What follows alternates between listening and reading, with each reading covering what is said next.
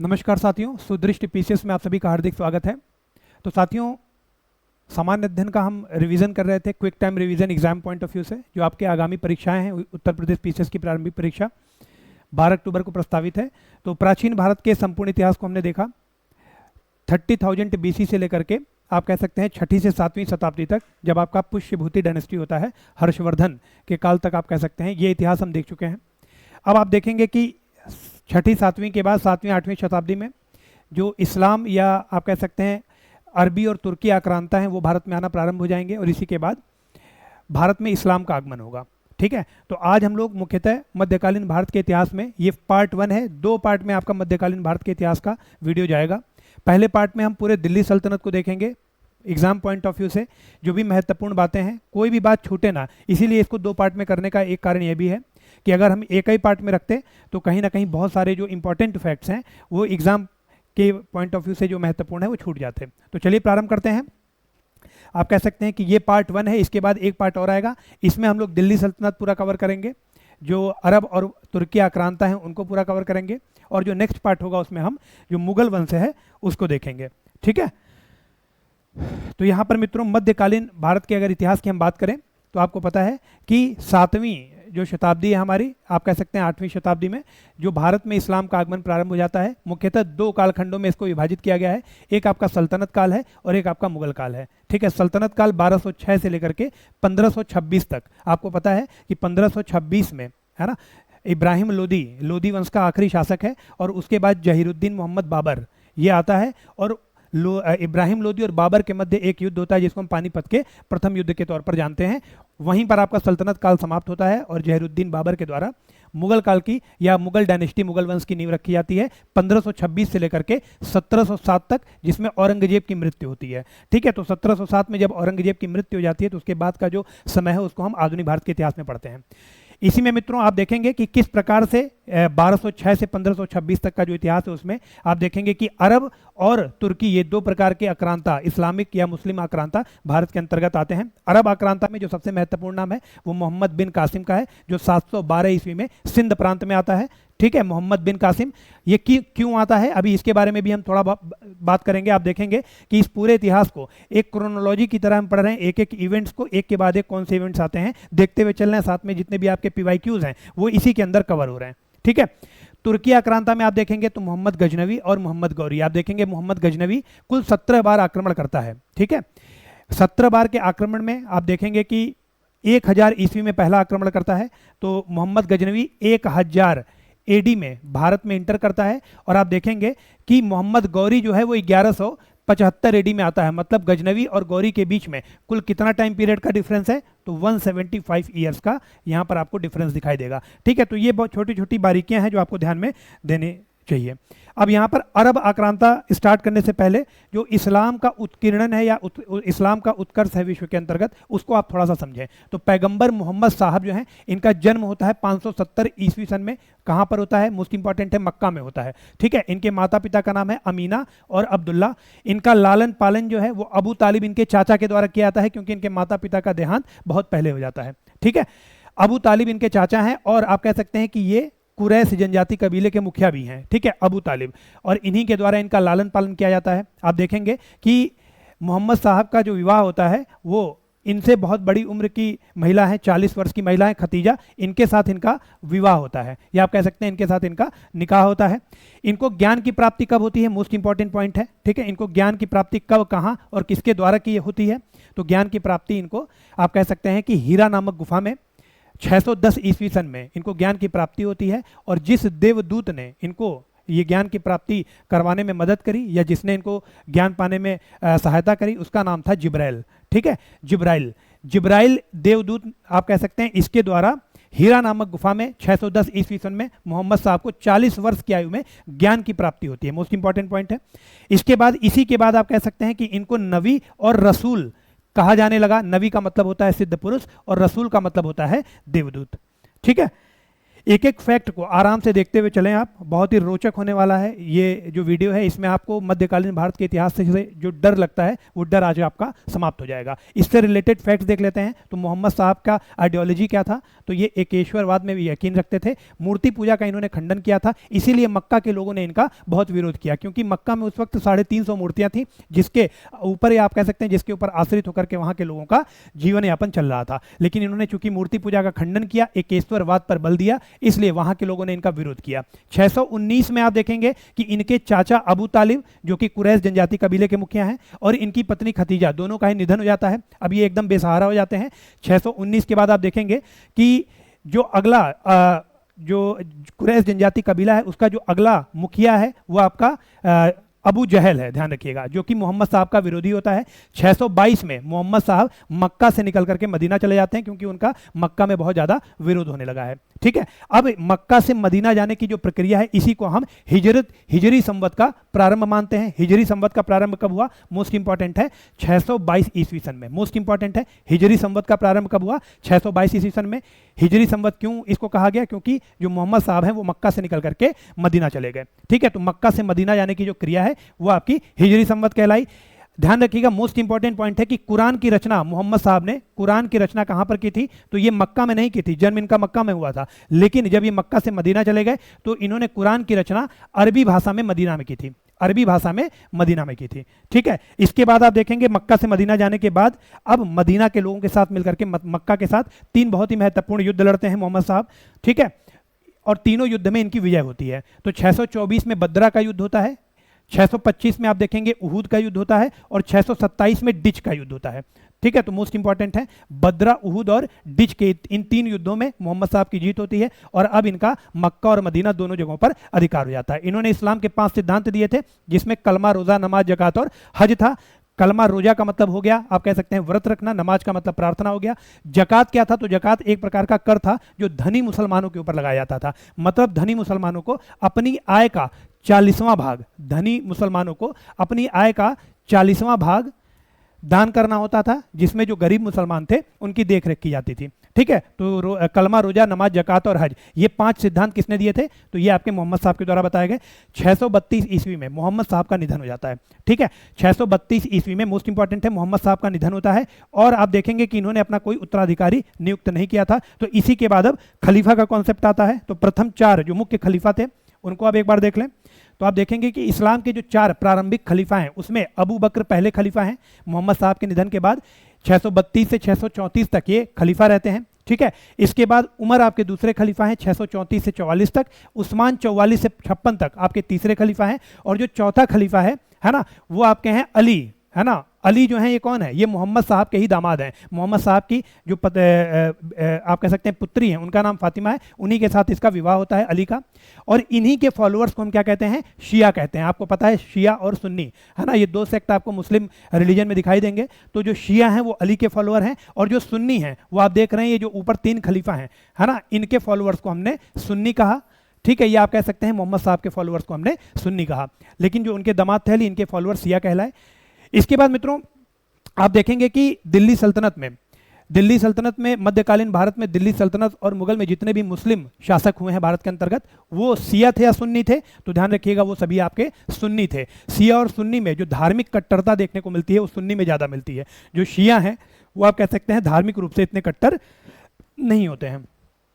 इसके बाद अब आते हैं भारत पे जो मुस्लिम आक्रांताओं का आक्रमण हुआ था। तो सबसे पहले भारत पे अरबों का आक्रमण हुआ। तो आप देखेंगे सबसे पहले हम समझते हैं कि जो इराक है ना, इस वक्त इराक में जब आक्रमण शुरू हुए थे भारत में, तो उस वक्त इराक का जो गवर्नर था वो हज्जाज था और जो इराक का खलीफा था वो आपका वलीद था। ध्यान रखिएगा, मोस्ट इंपॉर्टेंट है। आप देखेंगे कि 708 ईस्वी में क्यों ये विवाद शुरू हुआ? तो आप कह सकते हैं कि 708 ईस्वी में सिंघल या श्रीलंका के राजा ने इराक के गवर्नर हज्जाज और खलीफा वलीद के लिए कुछ उपहार भेजे और वो जो उपहार था उसको सिंध के देवल बंदरगाह पर लुटेरों के द्वारा लूट लिया गया। इसके बाद हज्जाज और वलीद ने सिंध के तत्कालीन जो राजा थे दाहिर, उनसे इसको रिकवर करने के लिए कहा कि जो हमारा उपहार था वो आपके बंदरगाह पर लूट लिया गया है, इसको रिकवर कीजिए। तो दाहिर ने उसको नज़रअंदाज कर दिया, उसकी अकाउंटेबिलिटी नहीं ली। उसके बाद हज्जाज के द्वारा आप देखेंगे कि यहाँ पर हज्जाज के द्वारा उबैदुल्ला और बुदैल इन दोनों को भेजा जाता है और ये दोनों ही पराजित हो जाते हैं। दाहिर के द्वारा इन दोनों को पराजित कर दिया जाता है।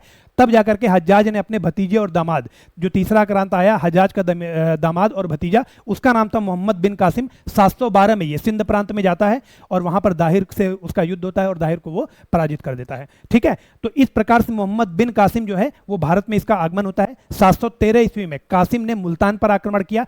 और यह महत्वपूर्ण क्यों है, मोस्ट इंपॉर्टेंट है कि कासिम ने मुल्तान पर आक्रमण क्यों किया, और करने के बाद वहां से उसको इतना सोना प्राप्त हुआ मुल्तान से कि उसने मुल्तान को स्वर्ण नगरी की उपाधि दी। तो मोस्ट इंपॉर्टेंट है कि कासिम ने किस नगर को स्वर्ण नगरी की उपाधि दी थी, किस क्षेत्र को, तो जो मुल्तान एरिया था, मुल्तान रीजन था, इसको इसने स्वर्ण नगरी की उपाधि दी थी। मोस्ट इंपॉर्टेंट है। आपसे पूछा जाए कि भारत पर पहला जो मुस्लिम आक्रमण है वो किसके द्वारा किया गया था, तो 712 ईस्वी में जो पहला मुस्लिम आक्रमण है वो आपका मोहम्मद बिन कासिम, मोस्ट इंपॉर्टेंट है, मोहम्मद बिन कासिम के द्वारा किया गया। भारत पर पहला जो प्रथम मुस्लिम आक्रमण था, प्रथम मुस्लिम आक्रांता था मोहम्मद बिन कासिम 712 में। ठीक है, इसके अलावा जो ये हम इतिहास पढ़ रहे हैं अरबों का, इसका एकमात्र जो स्रोत है, ध्यान रखिएगा, मोस्ट इंपॉर्टेंट है, एकमात्र स्रोत जो है वो आपका चचनामा है ना।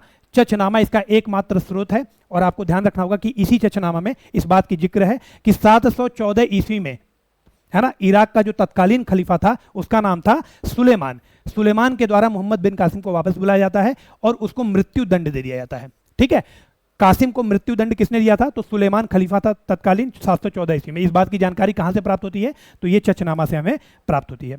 आगे बढ़ते हैं। इसके बाद आप देखेंगे कि जजिया कर जो है इसका सर्वप्रथम उल्लेख कहां पर मिलता है। जजिया कर सबसे पहले भारत में किसने लगाया था, तो आप देखेंगे कि 712 ईस्वी में सिंध प्रांत में मोहम्मद बिन कासिम के द्वारा जजिया लगाया गया। मोस्ट इंपॉर्टेंट है कि भारत में सर्वप्रथम जजिया कब और कहां लगाया गया, तो जजिया कर जो है यह आपका 712 में सिंध क्षेत्र में मोहम्मद बिन कासिम के द्वारा भारत के सिंध क्षेत्र में लगाया गया। अब एक महत्वपूर्ण बात आपको मैं यहां बताना चाहूंगा कि जो जजिया कर है वो किन के ऊपर लगाया जाता था, तो जो जजिया कर है आप देखेंगे कि ये केवल उन्हीं मुसलमानों के ऊपर लगाया जाता था जिनके पास आय का स्रोत होता था। मतलब जो वृद्ध हो गए, ब्राह्मण हो गए, भिखारी हो गए, इसके अलावा बच्चे हो गए, महिलाएं हो गए, इनके ऊपर जजिया नहीं लगाया जाता था। ठीक है, और ये गैर मुस्लिम होते थे उनके ऊपर लगता था। ठीक है, मतलब जो गरीब गैर मुस्लिम लोग हैं उनके ऊपर ये जजिया कर नहीं लगाया जाता था। किनके ऊपर, ब्राह्मण, वृद्ध, बच्चे, विकलांग और भिखारी, इनको छोड़ करके अन्य जो गैर मुस्लिम हैं उनके ऊपर जजिया कर लगाया जाता था। सबसे पहले 712 में लगा सिंध प्रांत में मोहम्मद बिन कासिम के द्वारा। अब ऐसा कौन सा शासक है दिल्ली सल्तनत का जिसने सर्वप्रथम ब्राह्मणों के ऊपर जजिया कर लगाया, मोस्ट इंपॉर्टेंट क्वेश्चन है, तो ध्यान रखिएगा, फिरोज शाह तुगलक। ब्राह्मणों के ऊपर जजिया लगाने वाला सर्वप्रथम जो शासक था ब्राह्मणों के ऊपर जजिया लगाने वाला आपका कौन था, फिरोज शाह तुगलक। फिरोज शाह तुगलक मोस्ट इंपॉर्टेंट है, स्टार मार्कर है। इसके बाद मित्रों आप देखेंगे कि जजिया को अंतिम रूप से भारत के अंदर समाप्त किसने किया था, तो 1720 में मुगल शासक है, मुगल बादशाह है मोहम्मद शाह रंगीला। मोहम्मद शाह रंगीला के द्वारा आप देखेंगे कि 1720 में जजिया को अंतिम रूप से समाप्त कर दिया था। तीनों फैक्ट मोस्ट इंपॉर्टेंट है। भारत में अरबों द्वारा क्या क्या चीजें प्रारंभ की गई हैं, तो आप देखेंगे खजूर की खेती, ऊंट पालन और दिरहम नामक जो सिक्के हैं, अरबी सिक्के, वो भारत के सिंध प्रांत में चलाए गए। इसके अलावा ब्रह्मगुप्त की 2 पुस्तकें हैं, ब्रह्म सिद्धांत और खंडन खाद्य। ब्रह्मगुप्त की पुस्तकें हैं ब्रह्म सिद्धांत और खंडन खाद्य, इनका आप देखेंगे कि अरबी में अनुवाद किया गया। मोस्ट इंपॉर्टेंट फैक्ट है।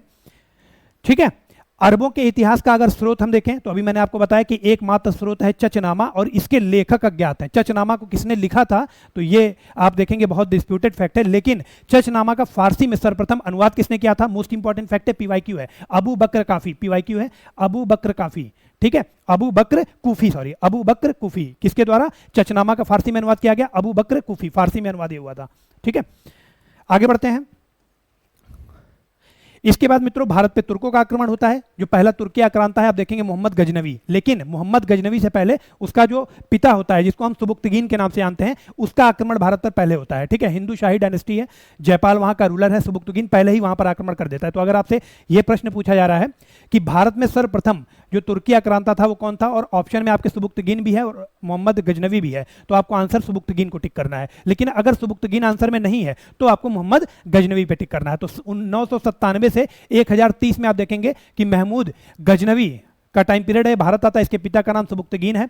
इसके बाद मोहम्मद गजनवी, आप ध्यान रखिएगा, पूरे विश्व में सर्वप्रथम सुल्तान की उपाधि लेने वाला जो शासक था वो कौन था, सर्वप्रथम सुल्तान की उपाधि लेने वाला जो मुस्लिम शासक था वो आपका मोहम्मद गजनवी था। मोस्ट इंपॉर्टेंट फैक्ट है कि विश्व में सर्वप्रथम सुल्तान की उपाधि किसने ली थी, तो महमूद गजनवी ने ली थी। इसके बाद आप देखेंगे कि एक इंपॉर्टेंट क्वेश्चन मैं आपसे पूछ रहा हूं कि दिल्ली सल्तनत में सबसे पहले सुल्तान की उपाधि किसने ली? कमेंट बॉक्स में आप लोग प्लीज कमेंट करें। दिल्ली सल्तनत में सर्वप्रथम सुल्तान की उपाधि किस शासक के द्वारा ली गई? इसको कमेंट बॉक्स में कमेंट करें। महमूद गजनवी ने सर्वप्रथम विश्व में सुल्तान की उपाधि ली। आप देखेंगे कि किस खलीफा की स्वीकृति पर इसने सुल्तान की उपाधि ली थी?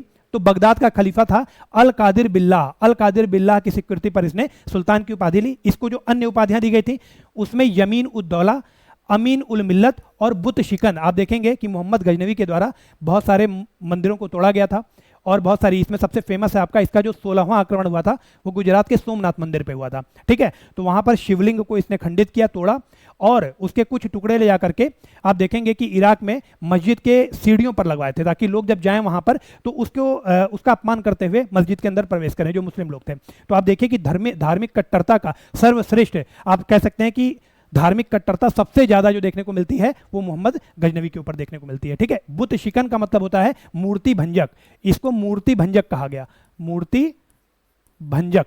ठीक है, इसके बाद सुबुक्तगीन, मैं क्यों कह रहा हूं कि मोहम्मद गजनवी से पहले सुबुक्तगीन आक्रमण कर चुका था, जो पहला तुर्की आक्रांता था सुबुक्तगीन था। क्यों? क्योंकि आप देखेंगे कि भारत पर आक्रमण करने वाला पहला तुर्की आक्रांता सुबुक्तगीन था। हिंदू शाही शासक था जयपाल। ठीक है, पश्चिमोत्तर सीमा प्रांत में हिंदू शाही शासक था जयपाल, इसके ऊपर इसने आक्रमण किया था। ठीक है, इसके बाद आप देखेंगे कि मोहम्मद गजनवी भी जयपाल के ऊपर आक्रमण करता है, उसको भी पराजित करता है। फिर इसके पुत्र के ऊपर आनंदपाल के ऊपर भी आक्रमण करता है, उसको भी पराजित करता है। आगे भी हम देखेंगे। हेनरी इलियट के अनुसार आप देखेंगे कि 1000 से 1027 तक, 1000 से 1027 तक हेनरी इलियट के अनुसार जो मोहम्मद गजनवी था उसने भारत के ऊपर 17 बार आक्रमण किया था और 16वां एक आक्रमण सबसे महत्वपूर्ण था जो कि उसने गुजरात के सोमनाथ मंदिर पे किया था। गुजरात का शासक उस वक्त कौन था? मैं चाहूंगा कमेंट बॉक्स में कमेंट करें। उद्देश्य क्या था? आप देखिए, मोहम्मद गजनवी और मोहम्मद गौरी, इन दोनों के आक्रमण अलग अलग उद्देश्य से हुए थे। गजनवी केवल धन लूटने के उद्देश्य से आया था, लेकिन गौरी जब आया था तो वो तुर्की साम्राज्य की स्थापना करने के लिए आया था। 1000 में पहला आक्रमण होता है हिंदू शाही राज्य पे, 1001 में दूसरा आक्रमण होता है, यहां पर जयपाल को ये पराजित कर देता है। 1008 में आप देखेंगे जयपाल का लड़का आनंदपाल, इसको भी पराजित कर देता है। इसके बाद 1025 मोस्ट इंपॉर्टेंट है, मोस्ट इंपॉर्टेंट 1025 में मोहम्मद गजनवी का आक्रमण 16वां आक्रमण था ये, और ये आपका सोमनाथ मंदिर पर होता है। और उस वक्त गुजरात में अनहिलवाड़ वंश का शासन था और भीम प्रथम वहां का राजा था। भीम प्रथम वहां का राजा था। इसके शासनकाल में आपसे पूछा सकता है कि सोमनाथ मंदिर पर मोहम्मद गजनवी ने आक्रमण किसके शासनकाल में किया था? तो भीम प्रथम था, उसका जो डायनेस्टी था वो आपका अनहिलवाड़ वंश था। मोस्ट इंपॉर्टेंट फैक्ट है। ठीक है, इसके बाद 1030 में आप देखेंगे कि महमूद गजनवी की मृत्यु हो जाती है। ठीक है,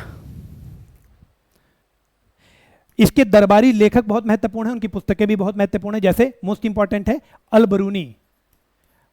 अल-बरूनी जो था इसने किताबुल हिंद लिखा था, स्टार मार्कर है, और इसी को हम तहकीके हिंद भी कहते हैं। तो तहकीके हिंद या किताबुल हिंद किसने लिखा था? अल-बरूनी ने लिखा था। ये किसका कोर्ट पोएट था? तो ये आपका महमूद गजनवी का कोर्ट पोएट था। अल-बरूनी को भारतीय विद्वानों ने एक उपाधि दी थी, विद्यासागर। विद्यासागर की उपाधि अल-बरूनी को दी गई थी। क्यों दी गई थी?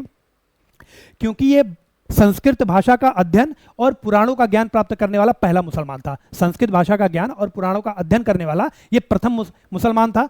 अल-बरूनी 1017 में जब महमूद गजनवी भारत आक्रमण करने आया था तो 1017 में उसी के साथ आया और भारत में ये रुक गया। यहाँ पर इसने संस्कृत भाषा का अध्ययन किया, पूरा ज्ञान प्राप्त किया और पुराणों का अध्ययन किया। इसीलिए भारतीय विद्वानों ने इसको विद्यासागर की उपाधि दी। मोस्ट इंपॉर्टेंट फैक्ट है, मोस्ट इंपॉर्टेंट। ठीक है, इसके बाद जो अन्य राइटर्स थे उसमें आपका उत्वी है ना, इसने किताबुल यामनी लिखा था, मोस्ट इंपॉर्टेंट है। और ये मोहम्मद गजनवी का शाही इतिहासकार था। मोहम्मद गजनवी का शाही इतिहासकार था कौन? उत्वी। इसने किताबुल यामनी लिखा। फिरदौसी उस वक्त का सबसे, आप कह सकते हैं, मजबूत और सबसे जोरदार लेखक था फिरदौसी। ठीक है, इसको पूर्व का होमर भी कहते हैं। इसको क्या कहते हैं? पूर्व का होमर। इसको पूर्व का होमर भी कहते हैं। ठीक है, और इसने फिरदौसी ने क्या लिखा था? तो इसने शाहनामा लिखा था अरबी में। शाहनामा अरबी में लिखा था, मोस्ट इंपॉर्टेंट। फिरदौसी ने शाहनामा अरबी में लिखा था। इसके बाद अगर वैहाकी की बात करें तो इसको पूर्वी पेंस की उपाधि दी गई है और इसने तारीखे सुबुक्तगीन लिखी थी। तारीखे सुबुक्तगीन मोस्ट इंपॉर्टेंट है, तारीखे सुबुक्तगीन। ठीक है, इसको उपाधि दी गई थी पूर्वी पेंस की, और आप कह सकते हैं जो फिरदौसी था उसको पूर्व का होमर बोला गया। तो ये सारे फैक्ट्स मोस्ट इंपॉर्टेंट हैं। आगे बढ़ते हैं। इसके बाद भारत पर तुर्कों का आक्रमण मोहम्मद गौरी करता है। ठीक है, मोहम्मद गजनवी के बाद अब गौरी आएगा। आप देखेंगे इसका वंश क्या था, तो ये शंशवनी वंश से था। अगर गजनवी की हम बात करें तो गजनवी का वंश था यामिनी,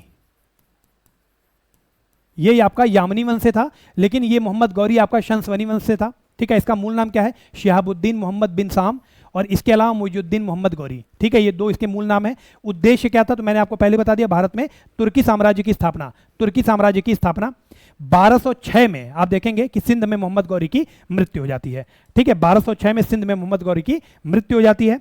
तो अब इसके शासनकाल के कुछ प्रमुख युद्ध हैं जो मोस्ट इंपॉर्टेंट हैं। सबसे जो पहला आक्रमण इसका होता है 1175 में होता है। कहां पर होता है, मुल्तान पर होता है। किस रास्ते से आता है, तो गोमल दर्रे से होते हुए ये मुल्तान आता है। यहां पर इसकी विजय होती है। मुल्तान में उस वक्त किसका शासन था, तो करामाती वंश का शासन था। 1178 में दूसरा आक्रमण इसका होता है। कहां पर होता है, तो गुजरात में होता है। वहां का शासक कौन है, मूलराज द्वितीय है, अनहिलवाड़ वंश का ही शासक है। ठीक है, आप देखेंगे कि यहां पर जो मोहम्मद गौरी है वो पराजित हो जाता है। तो अब वो गुजरात के रास्ते भारत में इंटर ही नहीं करेगा। ठीक है, तो अब जो 1191 में तीसरा आक्रमण वो करता है, आपको पता है कि पृथ्वीराज चौहान और मोहम्मद गौरी के बीच में युद्ध होता है, जिसको हम तराइन के प्रथम युद्ध के नाम से जानते हैं। यहां पर मोहम्मद गौरी पराजित होता है। पृथ्वीराज चौहान के द्वारा एक बहुत बड़ी गलती यहां पर की जाती है कि इसको यहां से वो वापस जाने देते हैं। अगर वापस ना जाने देते तो शायद इसके बाद इतना बड़ा इतिहास हमें पढ़ना ही ना पड़ता। पृथ्वीराज चौहान इसे छोड़ देते हैं। यहां पर गौरी पराजित होता है प्रथम युद्ध में तराइन के, लेकिन तराइन के द्वितीय युद्ध में पूरी तैयारी के साथ आता है 1192 में, और यहां पर पृथ्वीराज चौहान की पराजय होती है, लेकिन गौरी इनको नहीं छोड़ता है। ठीक है, गौरी इनको नहीं छोड़ता है, गौरी इनको बंदी बना लेता है, जेल में डाल देता है। और आप देखेंगे चंद्रबरदाई, है ना, चंद्रबरदाई की रचना है पृथ्वीराज रासो। पृथ्वीराज रासो, पृथ्वीराज रासो, इसमें इन्होंने क्या बोला है चंद्रबरदाई ने, कि जब मोहम्मद गौरी पृथ्वीराज चौहान को पराजित कर बंदी बना करके ले जा रहा था, तो जब अपने साम्राज्य में पहुंचा तो वहां पर मोहम्मद गौरी और पृथ्वीराज चौहान के बीच में विवाद हुआ। पृथ्वीराज चौहान ने शब्द भेदी बाण चला करके इसको मार दिया। लेकिन अगर ऐतिहासिक दृष्टिकोण को देखें हम, तो ऐतिहासिक फैक्ट्स कुछ और ही कहते हैं। वहां पर मोहम्मद गौरी की मृत्यु नहीं हुई थी, है ना। तो ये पृथ्वीराज रासो की रचना है, चंद्रबरदाई मोस्ट इंपॉर्टेंट है, इसको भी आपको ध्यान में रखना चाहिए। ठीक है, अब यहां पर आप देखेंगे 1194 में इसकी मृत्यु अगर हो जाती तो आगे आप देखेंगे 1203 में अंध खुद का भी युद्ध लड़ता है वो ख्वारिज्म के सास के साथ, है ना। तो वो कैसे लड़ता, तो 1194 में आप देखेंगे चंदावर का युद्ध होता है, किसके साथ, मोहम्मद गौरी और जयचंद के बीच में, और यहां पर गौरी विजयी होता है। इसके बाद यहां पर एक फैक्ट और आप याद रखिएगा कि तराइन के द्वितीय युद्ध में लगभग सभी राजपूत शासकों ने पृथ्वीराज चौहान की मदद की थी गौरी के अगेंस्ट, गौरी के खिलाफ में, लेकिन जयचंद ने नहीं की थी। क्यों, क्योंकि जयचंद अपनी पुत्री का स्वयंवर रचा रहा था। ठीक है, विवाह करने के लिए उसका स्वयंवर रचा रहा था। पृथ्वीराज चौहान भरी सभा से उसकी पुत्री को उठा लाते हैं, उसकी पुत्री की सहमति के साथ, है ना। उन दोनों लोग का आपस में प्रेम संबंध था।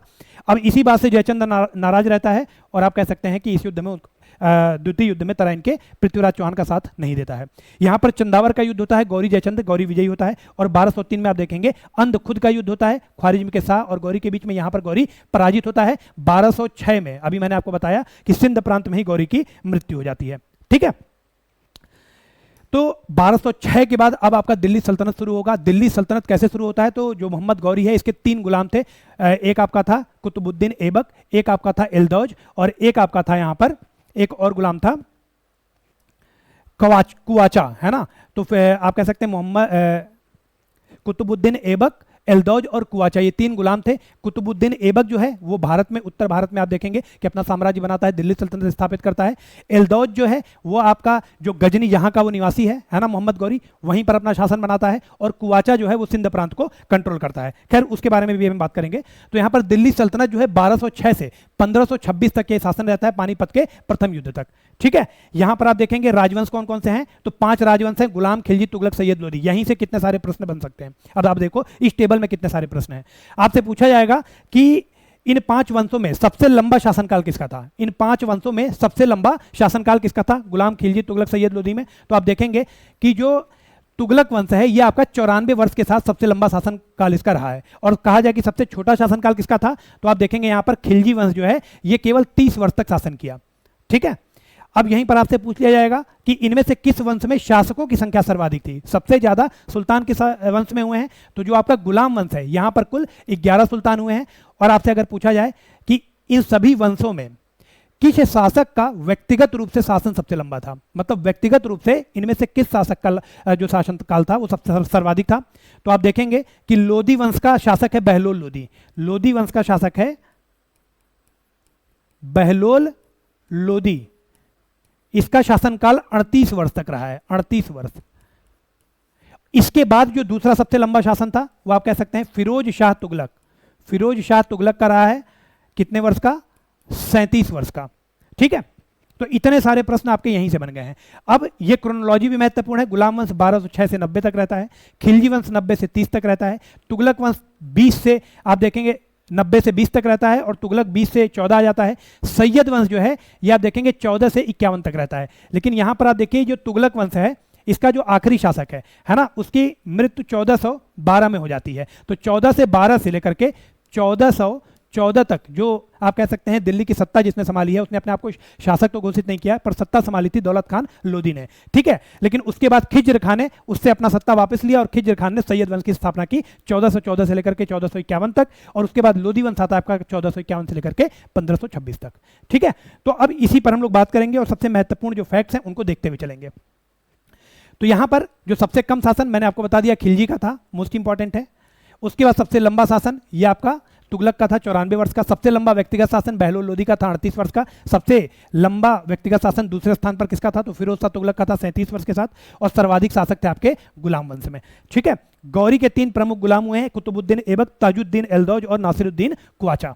अब इनकी कहानी हम देखेंगे कि क्या है स्टोरी, क्रोनोलॉजी के साथ मोस्ट इंपॉर्टेंट फैक्ट्स को कवर करते हुए हम चल रहे हैं। ठीक है, तो सबसे पहले अगर गुलाम वंश की हम बात करें तो 1206 से लेकर के 1290 तक कुल 11 शासकों का यहाँ पर शासनकाल रहा है। ये तालिका भी मोस्ट इंपॉर्टेंट है। आप देखेंगे कि आरओ की अभी एक साल पहले जो परीक्षा हुई थी उसमें लोधी वंश के आई थिंक शासकों का क्रम पूछ लिया था। ठीक है, तो कुतुबुद्दीन ऐबक 1206 से 10 तक रहता है। आराम शाह आप देखेंगे 1210 से 11 तक रहता है। इल्तुतमिश आता है 1211 से 1236 तक। रुकनुद्दीन फिरोज शाह आता है 1236। रजिया सुल्तान आपकी 1236 से 40। बहराम शाह 1240 से 42। अलाउद्दीन मशहूर शाह ये आपका 42 से 46 रहता है। नसीरुद्दीन महमूद ये आपका 1246 से 1265 रहता है। बलबन आता है 1265 से 87। कैकुबाद और क्यूमर्स आ जाते हैं। ठीक है, तो अभी इनमें जो सबसे महत्वपूर्ण शासक हैं जहां से प्रश्न बनते हैं परीक्षा में उनको हम लोग कवर करेंगे। सबसे पहले कुतुबुद्दीन ऐबक 1206 से 1210। इसको मामलूक वंश का किसने कहा था, तो आप देखेंगे हबीबुल्ला के द्वारा इसको मामलूक वंश का बोला गया है। इसने जो उपाधियां ली हैं लाख बख्श, पील बख्श, कुरान खां, ठीक है, ये सभी उपाधियां किसकी हैं, कुतुबुद्दीन ऐबक की हैं। लाख बख्श ये लाखों का दान करता था इसलिए लाख बख्श कहलाता था। पील बख्श क्योंकि वो हाथियों का दान करता था इसलिए पील बख्श कहलाता था। हातिम द्वितीय क्योंकि अपने दानशीलता के कारण हातिम द्वितीय के नाम से जाना जाता था। कुरान खां क्यों कहते हैं, क्योंकि कुरान को सुरीले आप कह सकते हैं स्वर में पाठ करने वाला था इसलिए इसको कुरान खां कहते हैं। राजधानी इसने कहां बनाई, तो राजधानी इसने लाहौर में बनाई। दिल्ली सल्तनत का पहला शासक कौन सा था जिसने दिल्ली को अपनी राजधानी बनाई। दिल्ली सल्तनत का प्रथम शासक कौन था जिसने दिल्ली को अपनी राजधानी बनाई, कमेंट बॉक्स में जल्दी से कमेंट कर दें। दिल्ली सल्तनत का प्रथम शासक जिसने दिल्ली को अपनी राजधानी बनाई। ठीक है, इसकी मृत्यु कैसे हुई थी, तो चौगान खेलते हुए, आधुनिक पोलो, घोड़े की पीठ पे सवार होकर आधुनिक पोलो खेला जाता है। ठीक है, तो चौगान खेलते हुए घोड़े की पीठ से गिर करके इसकी मृत्यु हुई थी। मोस्ट इंपॉर्टेंट है और पीवाईक्यू भी है और मोस्ट इंपॉर्टेंट है। ठीक है, थोड़ा तेजी से इसलिए चल रहे हैं क्योंकि बहुत बड़ा इतिहास है ये, है ना, और सारे पॉइंट्स को हम लोग कवर कर ले जाएं। ऐबक ने सुल्तान की उपाधि नहीं ली थी, मोस्ट इंपॉर्टेंट है, ऐबक ने सुल्तान की उपाधि नहीं ली थी। तो दिल्ली सल्तनत का पहला शासक कौन सा था जिसने सुल्तान की उपाधि ली थी, तो आप देखेंगे इल्तुतमिश दिल्ली सल्तनत का पहला आप कह सकते हैं शासक था जिसने सुल्तान की उपाधि ली थी। ऐबक ने सुल्तान की उपाधि नहीं ली थी। ये अपने आप को मोहम्मद गौरी का रिप्रेजेंटेटिव ही मानता था। अब ऐसा आप देखेंगे कुछ ऐसा ही जो सिस्टम है वो आपको सैयद डायनेस्टी में देखने को मिलेगा। ठीक है, सैयद डायनेस्टी में खिज्र खान ने सुल्तान की उपाधि नहीं ली थी, उसने रियायत आला की उपाधि ली थी। ठीक है, बाद में आप देखेंगे कि उसी के बाद मुबारक शाह आता है, वो सुल्तान की उपाधि लेता है। ठीक इसी तरह कुतुबुद्दीन ऐबक ने सुल्तान की उपाधि नहीं ली लेकिन इल्तुतमिश ने सुल्तान की उपाधि ली थी। ठीक है, ऐबक ने जो उपाधि ली थी वो था आपका मालिक और सिपे सलार। ठीक है, जिस प्रकार खिज्र खान ने रियायत आला की उपाधि ली थी इसी प्रकार ऐबक ने मालिक और सिपे सलार की उपाधि ली। अब इसके बाद आप देखेंगे कि इल्तुतमिश ने सुल्तान की उपाधि ली, सल्तनत काल का प्रथम शासक था जिसने सुल्तान की उपाधि ली थी। और यहीं पर आप ये फैक्ट याद कर लीजिए कि दिल्ली को सर्वप्रथम राजधानी बनाने वाला भी आदमी इल्तुतमिश ही था, है ना। दिल्ली को सर्वप्रथम राजधानी भी इसने ही बनाई थी। दिल्ली को राजधानी बनाने वाला सर्वप्रथम कौन था? तो वो आपका इल्तुतमिश ही था। ठीक है, उसके बाद आप देखेंगे कि कुतुबुद्दीन ऐबक जो था वो गुलाम वंश का संस्थापक माना जाता है, लेकिन अगर आपसे पूछा जाए कि गुलाम वंश का वास्तविक संस्थापक कौन था? इल्तुतमिश गुलाम वंश का संस्थापक था, लेकिन अगर वास्तविक संस्थापक पूछा जाए तो कुतुबुद्दीन ऐबक गुलाम वंश का संस्थापक था, लेकिन वास्तविक संस्थापक कौन था? तो वो आपका था इल्तुतमिश। मोस्ट इंपॉर्टेंट है, मोस्ट इंपॉर्टेंट है, पीवाईक्यू है, पहले भी पूछा जा चुका है। आगे भी बढ़ते हैं, आगे बढ़ते हैं। यहां पर आप देखेंगे स्थापत्य कला की बात करें तो कुतुब मीनार दिल्ली में ऐबक ने बनवाया, कुव्वतुल इस्लाम मस्जिद दिल्ली में ऐबक ने बनवाई, 2.5 दिन का झोपड़ा ये भी ऐबक ने अजमेर में बनवाया था। मोस्ट इंपॉर्टेंट है, अजमेर में 2.5 दिन का झोपड़ा, कुतुब मीनार और कुव्वतुल इस्लाम मस्जिद है, ये आपकी कुतुबुद्दीन ऐबक के द्वारा बनवाई गई। विद्वानों के संरक्षण की बात करें, किस किस विद्वान को इसने अपने कोर्ट में संरक्षित किया था? तो उसमें आपका हसन निजामी था। मोस्ट इंपॉर्टेंट है, मोस्ट इंपॉर्टेंट है, हसन निजामी ने क्या लिखा था? तो ये लिखा था ताजुल मासिर। ताजुल मासिर किसकी रचना है? हसन निजामी की। फख ए मुद्दविर ये किसकी, इसने क्या लिखा था? तो आप कह सकते हैं अदाबुल हर्ब। अदाबुल हर्ब फके मुद्दविर ने लिखा था और ताजुल मासिर आपका हसन निजामी ने लिखा था। जूद का युद्ध, जूद का युद्ध आप देखेंगे इल्तुतमिश और आराम शाह के मध्य होता है, जिसमें बाद में इल्तुतमिश जो है वो अगला सुल्तान हमारा बनकर के सामने आता है। ठीक है, तो इल्तुतमिश का शासनकाल होता है 1211 से लेकर के 1236 तक। गुलाम का गुलाम, मोस्ट इंपॉर्टेंट है, पीवाईक्यू है, पीवाईक्यू है, यूपी पीसीएस में पूछा गया प्रश्न है। गुलाम का गुलाम किसे कहा जाता है? तो ये आपका इल्तुतमिश को कहा जाता है। इसने अपनी राजधानी दिल्ली बनाई, पहला शासक, प्रथम शासक, प्रथम शासक था जिसने अपनी राजधानी दिल्ली बनाई। 1206 में इसको गुलामी से मुक्त कर दिया गया। आप देखेंगे गौरी के द्वारा खोखरों का दमन किया जा रहा था और वहां पर इल्तुतमिश ने गौरी की बहुत मदद की थी, इसलिए इसको गुलामी से मुक्त कर दिया गया। कब? 1206 में। 1216 में आप देखेंगे तराइन के तृतीय युद्ध में जो गौरी का, मोहम्मद गौरी का गुलाम है ना, गौरव एल्दौज, उसको ये पराजित कर देता है, एल्दौज को ये पराजित करता है 1216 में। 1221 में मंगोल नेता चंगेज खान, जिसको हम तेमुचिन के नाम से जानते हैं, उसका भारत आगमन होता है। ध्यान दीजिएगा, भारत में आगमन हुआ है, भारत पर मंगोलों का आक्रमण नहीं हुआ है ना। तो भारत पे अगर कहा जाए मंगोलों का आगमन कब हुआ है, और सबसे पहले भारत में मंगोलों का आगमन कब हुआ, किसके द्वारा? तो वो आपका था चंगेज खान, तेमुचिन। ये मंगोलों का आगमन है 1221 में। ठीक है, लेकिन मैं चाहूंगा कमेंट बॉक्स में कमेंट करें कि भारत पर मंगोलों का पहला आक्रमण कब होता है। ठीक है, भारत पर मंगोलों का पहला आक्रमण कब होता है? तो 1229 में आप देखेंगे इल्तुतमिश के द्वारा उपाधि क्या ली गई है? सुल्तान। और आप कह सकते हैं दिल्ली सल्तनत का पहला शासक है जिसने सुल्तान की उपाधि ली। किस खलीफा की स्वीकृति पाकर इसने सुल्तान की उपाधि ली थी? तो अल मुंतासिर बिल्लाह। मोस्ट इंपॉर्टेंट है, अल मुंतासिर बिल्लाह, ये बगदाद का खलीफा है। ठीक है, इसके स्वीकृति पर ही आप कह सकते हैं इल्तुतमिश ने 1229 में सुल्तान की उपाधि ली। सर्वप्रथम भारत में इक्ता प्रणाली के को व्यवस्थित रूप से प्रारंभ करने वाला शासक कौन था? तो इल्तुतमिश था। ठीक है, और अगर आपसे कहा जाए कि इक्ता प्रणाली का जनक किसे माना जाता है भारत के अंदर, इक्ता प्रणाली का जनक कौन है? तो वो आपका हो जाएगा मोहम्मद गौरी। मोहम्मद गौरी को भारत में इक्ता प्रणाली का जनक माना जाता है। मोस्ट इंपॉर्टेंट फैक्ट है। आप देखेंगे कि यहां पर जितने भी फैक्ट्स हैं वो सभी आपके मोस्ट इंपॉर्टेंट है परीक्षा के दृष्टिगत। इसके बाद इल्तुतमिश के ही टाइम पर आप देखेंगे तुर्काने चहलगानी, इसने एक गुट का निर्माण किया, तुर्काने चहलगानी, इसी को चालीसा कहा जाता है। अपने आप कह सकते हैं 40 गुलामों का इसने एक समूह बनाया, 40 वफादार गुलामों का। आप देखेंगे बलबन भी इसका हिस्सा होता है। सर्वप्रथम शुद्ध अरबी शैली के सिक्के भारत में किसने चलाए थे? तो वो आपके इल्तुतमिश के द्वारा चलाए गए थे। और यहाँ पर आप देखेंगे इन सिक्कों की विशेषता क्या है कि उस टकसाल का नाम भी इन सिक्कों पर मुद्रित था जहाँ पर वो ढाले गए थे। तो मोस्ट इंपॉर्टेंट फैक्ट है, मोस्ट इंपॉर्टेंट, अरबी शैली के आप कह सकते हैं शुद्ध अरबी शैली के जो सिक्के थे वो सर्वप्रथम किस शासक के द्वारा चलाए गए? इल्तुतमिश के द्वारा। और उन सिक्कों पर वहां के टकसाल का नाम भी अंकित था। चांदी का सिक्का था उसे टंका कहते हैं, तांबे का सिक्का था उसे जीतल कहा जाता है। मोस्ट इंपॉर्टेंट है और पीवाईक्यू भी है। इसके बाद भारत में मकबरा शैली का जनक किसे माना जाता है? इल्तुतमिश को माना जाता है। आप देखेंगे सुल्तानगढ़ी का मकबरा, ठीक है, इल्तुतमिश का पुत्र है नसीरुद्दीन मोहम्मद, बड़ा बेटा है नसीरुद्दीन मोहम्मद। इसकी मृत्यु के बाद सुल्तानगढ़ी का मकबरा बनवाता है इल्तुतमिश और इसको भारत में मकबरा शैली का जनक भी माना जाता है। मोस्ट इंपॉर्टेंट फैक्ट है। उत्तराधिकारी कौन है? इसके अन्य पुत्र भी हैं लेकिन उन सब में सबसे योग्य इसकी पुत्री थी, उसका नाम था रजिया। रजिया को इसने अपना उत्तराधिकारी घोषित किया 1233 में। आप कह सकते हैं कि मंगल देव को ग्वालियर से पराजित करके लौट रहा था और उसी वक्त इसने रजिया को अपना उत्तराधिकारी घोषित किया। ठीक है, लेकिन आप देखेंगे कि जो इसके कोर्ट में जो इसके गुलाम है, जो आप कह सकते हैं तुर्काने चहलगानी है या जो चालीसा के सदस्य हैं, वो रजिया को मान्यता नहीं देते हैं। और बाद में रजिया जनता के सामने जाकर के गुहार लगाती है और जनता के बल पर, दबाव पर आप कह सकते हैं कूप होता है और जनता इसको सुल्तान की गद्दी पर आसीन करती है। ठीक है, यहां पर एक बहुत ही महत्वपूर्ण बात यह है कि इल्तुतमिश के टाइम पर जो संरक्षित विद्वान थे कौन कौन से थे, तो मिनहाज उस सिराज ने क्या लिखा था, तबकात ए नासिरी। ये किसके कोर्ट में था, इल्तुतमिश के कोर्ट में था, मोस्ट इंपॉर्टेंट। मिनहाज ए सिराज ने लिखा था तबकात ए नासिरी, ठीक है। तबकात ए नासिरी किसने लिखा, मिनहाज उस सिराज ने। ताजुद्दीन अहमद, ये अलग आप कह सकते हैं विद्वान था जो इसी के कोर्ट में संरक्षण प्राप्त था। स्मारक की बात करें तो इल्तुतमिश ने क्या क्या बनवाया है, तो कुतुब मीनार आपका हो गया, जोधपुर में अतारकिन का दरवाजा हो गया, इसके बाद बदायूं में जामा मस्जिद इसने बनवाया था, और दिल्ली में शमशी तालाब, और आप देखेंगे मदरसा नासिरी, शमशी तालाब और मदरसा नासिरी दिल्ली में ये किसने बनवाए, इल्तुतमिश ने बनवाए। मृत्यु इसकी कब हुई, तो 1236 में इसकी मृत्यु हो गई थी, ठीक है। आगे बढ़ते हैं।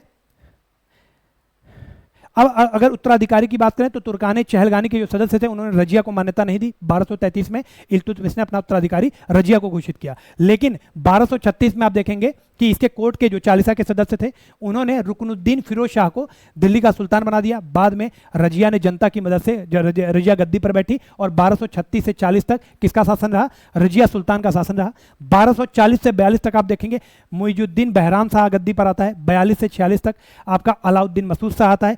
46 से 65 आप कह सकते हैं नसीरुद्दीन महमूद होता है।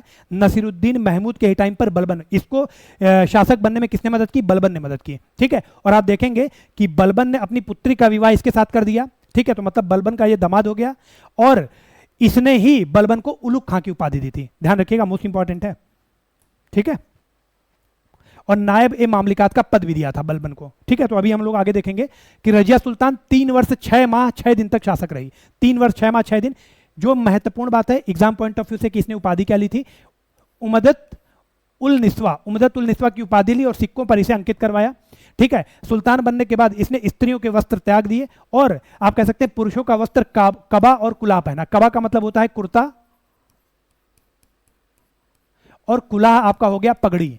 तो इसने कबा और कुला पहनना प्रारंभ किया। महत्वपूर्ण नियुक्तियों की बात करें तो इसने अपने दरबार में कबीर खां अयाज को लाहौर का इक्ता प्रदान किया, एतगिन को इसने बदायूं का इक्ता और अमीर ए हाजिब का पद, मोस्ट इंपॉर्टेंट है, अमीर ए हाजिब का पद रजिया सुल्तान ने किसको दिया, तो एतगिन को दिया, मोस्ट इंपॉर्टेंट है। इसके बाद अल्तुनिया आप देखेंगे तबर हिंद या भटिंडा का इसको इक्ता प्राप्त हो जाता है, ठीक है। जमालुद्दीन याकूत, इसको इसने अमीर आखुर का पद दिया, सबसे महत्वपूर्ण पद था, मोस्ट इंपॉर्टेंट आप कह सकते हैं, मोस्ट इंपॉर्टेंट। अमीर आखुर का पद किसको दिया, तो जमालुद्दीन याकूत को दिया। आप देखेंगे कि इसामी की एक रचना है जिसको फुतुह उस सलातीन कहा जाता है। इसामी की रचना है फुतुह उस सलातीन। मध्यकालीन भारत के इतिहास में दिल्ली सल्तनत के इतिहास को जानने के लिए यह बहुत ही महत्वपूर्ण स्रोत है ना। तो मोस्ट इंपॉर्टेंट है, इसामी की रचना है फुतुह उस सलातीन, और इसमें इस बात का जिक्र है कि जमालुद्दीन याकूत के साथ रजिया का प्रेम संबंध था, ठीक है। रजिया की मृत्यु कब होती है, तो कैथल में अल्तुनिया के द्वारा इसकी हत्या कर दी जाती है, यही अल्तुनिया जिसको इसने तबर हिंद या भटिंडा का इक्ता दिया था। इसके बाद आप देखेंगे जब इसकी हत्या हो जाती है तो इसके बाद अगला शासक आपका बहराम शाह आता है 1240 से 42 में। ये एक नया पद बनाता है नायब ए मामलिकात, है ना, नासिरुद्दीन महमूद, है ना, यही पद है जो नासिरुद्दीन महमूद बलबन को देता है अपने ससुर को, ठीक है। तो नायब ए मामलिकात के पद पर सबसे पहले कौन आता है, तो वो आपका एतगिन है, मोस्ट इंपॉर्टेंट, है ना। बहराम शाह के द्वारा नायब ए मामलिकात के पद पर, ये आपका उस वक्त का पीएम था, आप कह लो पीएम, प्राइम मिनिस्टर, इस पद पर कौन आता है, एतगिन आता है सबसे पहला। इसके बाद 1241 में आप देखेंगे मंगोल आक्रांता है तायर, मोस्ट इंपॉर्टेंट है। मंगोलों का सर्वप्रथम भारत में आक्रमण कब हुआ था, 1241 में हुआ था, मोस्ट इंपॉर्टेंट फैक्ट है। तायर मंगोल आक्रांता है, यह आपका भारत में आक्रमण करता है और यह आपका भारत में मंगोलों का प्रथम आक्रमण है। अलाउद्दीन मसूद शाह आता है 42 से 46, नासिरुद्दीन महमूद 46 से 65। अब देखिए इसके बारे में कुछ महत्वपूर्ण बातें हैं। यह आपका इल्तुतमिश का पौत्र है, बलबन का दामाद है, बलबन की लड़की है जुबैदा, इसके साथ इसका विवाह होता है और बदले में नासिरुद्दीन महमूद बलबन को देखिए क्या देता है, उलुग खां की उपाधि देता है और नायब ए मामलिकात का पद देता है जो मोस्ट इंपॉर्टेंट पद है, ठीक है। तो आप देखिए बलबन एक क्या है, गुलाम है, चालीसा का सदस्य है, गुलाम है, और उसके बाद कितने महत्वपूर्ण पदों पर धीरे धीरे जा रहा है और अंत में आप देखेंगे कि ये दिल्ली सल्तनत का सुल्तान बन जाता है, ठीक है। व्यक्तिगत नासिरुद्दीन महमूद के बारे में यह कहा जाता है कि इसने व्यक्तिगत व्यय के लिए राजकोष के धन का इस्तेमाल कभी नहीं किया। व्यक्तिगत व्यय के लिए ये कुरान की आयतें पढ़ता था और टोपी बनाता था, ठीक है। इसके अलावा दिल्ली सल्तनत में एकमात्र विवाह करने वाला, मतलब एक ही महिला से विवाह करने वाला जो एकमात्र शासक था वो कौन था, नासिरुद्दीन महमूद। दिल्ली सल्तनत में एक ही महिला से एक विवाह करने वाला, मतलब एक ही विवाह करने वाला एकमात्र सुल्तान कौन था, तो आपका नासिरुद्दीन महमूद था, मोस्ट इंपॉर्टेंट पॉइंट है। मिनहाज उस सिराज की तबकात नासरी जो है वो इसी को समर्पित है। और तबकात नासरी में मिनहाज उस सिराज क्या लिखता है, मोस्ट इंपॉर्टेंट स्टार मार्कर, तबकात ए नासरी किसकी है, मिनहाज उस सिराज की है। और ये लिखता है कि दिल्ली सल्तनत का आदर्श सुल्तान है ये नासिरुद्दीन महमूद जो है वो दिल्ली सल्तनत का आदर्श सुल्तान है। इसके अलावा रेहला किसकी पुस्तक है, इब्न बतूता की पुस्तक है। 1265 में रेहला में, इब्न बतूता की पुस्तक रेहला में लिखा हुआ है कि 1265 में नासिरुद्दीन महमूद की हत्या किसके द्वारा की जाती है, बलबन के ही द्वारा की जाती है। ठीक है, 1265 में नासिरुद्दीन महमूद की हत्या बलबन के द्वारा की जाती है, अपने ही दामाद को मारकर गद्दी पर बैठ जाता है। फिर आता है बलबन का काम आपका 1265 से 1287। इल्तुतमिश का एक गुलाम था, चालीसा का सदस्य था, है ना। बलबन को किस किस शासक ने क्या क्या उपाधि दी है देखते हैं। इल्तुतमिश ने चालीसा बनाया, उसके बाद आप देखेंगे बलबन के आने तक बहुत सारे शासक हुए हैं। चालीसा का सदस्य था, मतलब कोर्ट का एक बहुत इंपॉर्टेंट मेंबर था, तो हर शासन में उसको कुछ ना कुछ उपाधियां दी गई हैं। जैसे अगर इल्तुतमिश की हम बात करें तो इसने इसको खासदार की या व्यक्तिगत सेवक की उपाधि दी। उसके बाद रजिया ने इसको अमीर शिकार की उपाधि दी। बहराम शाह ने इसको अमीर आखुर की उपाधि दी।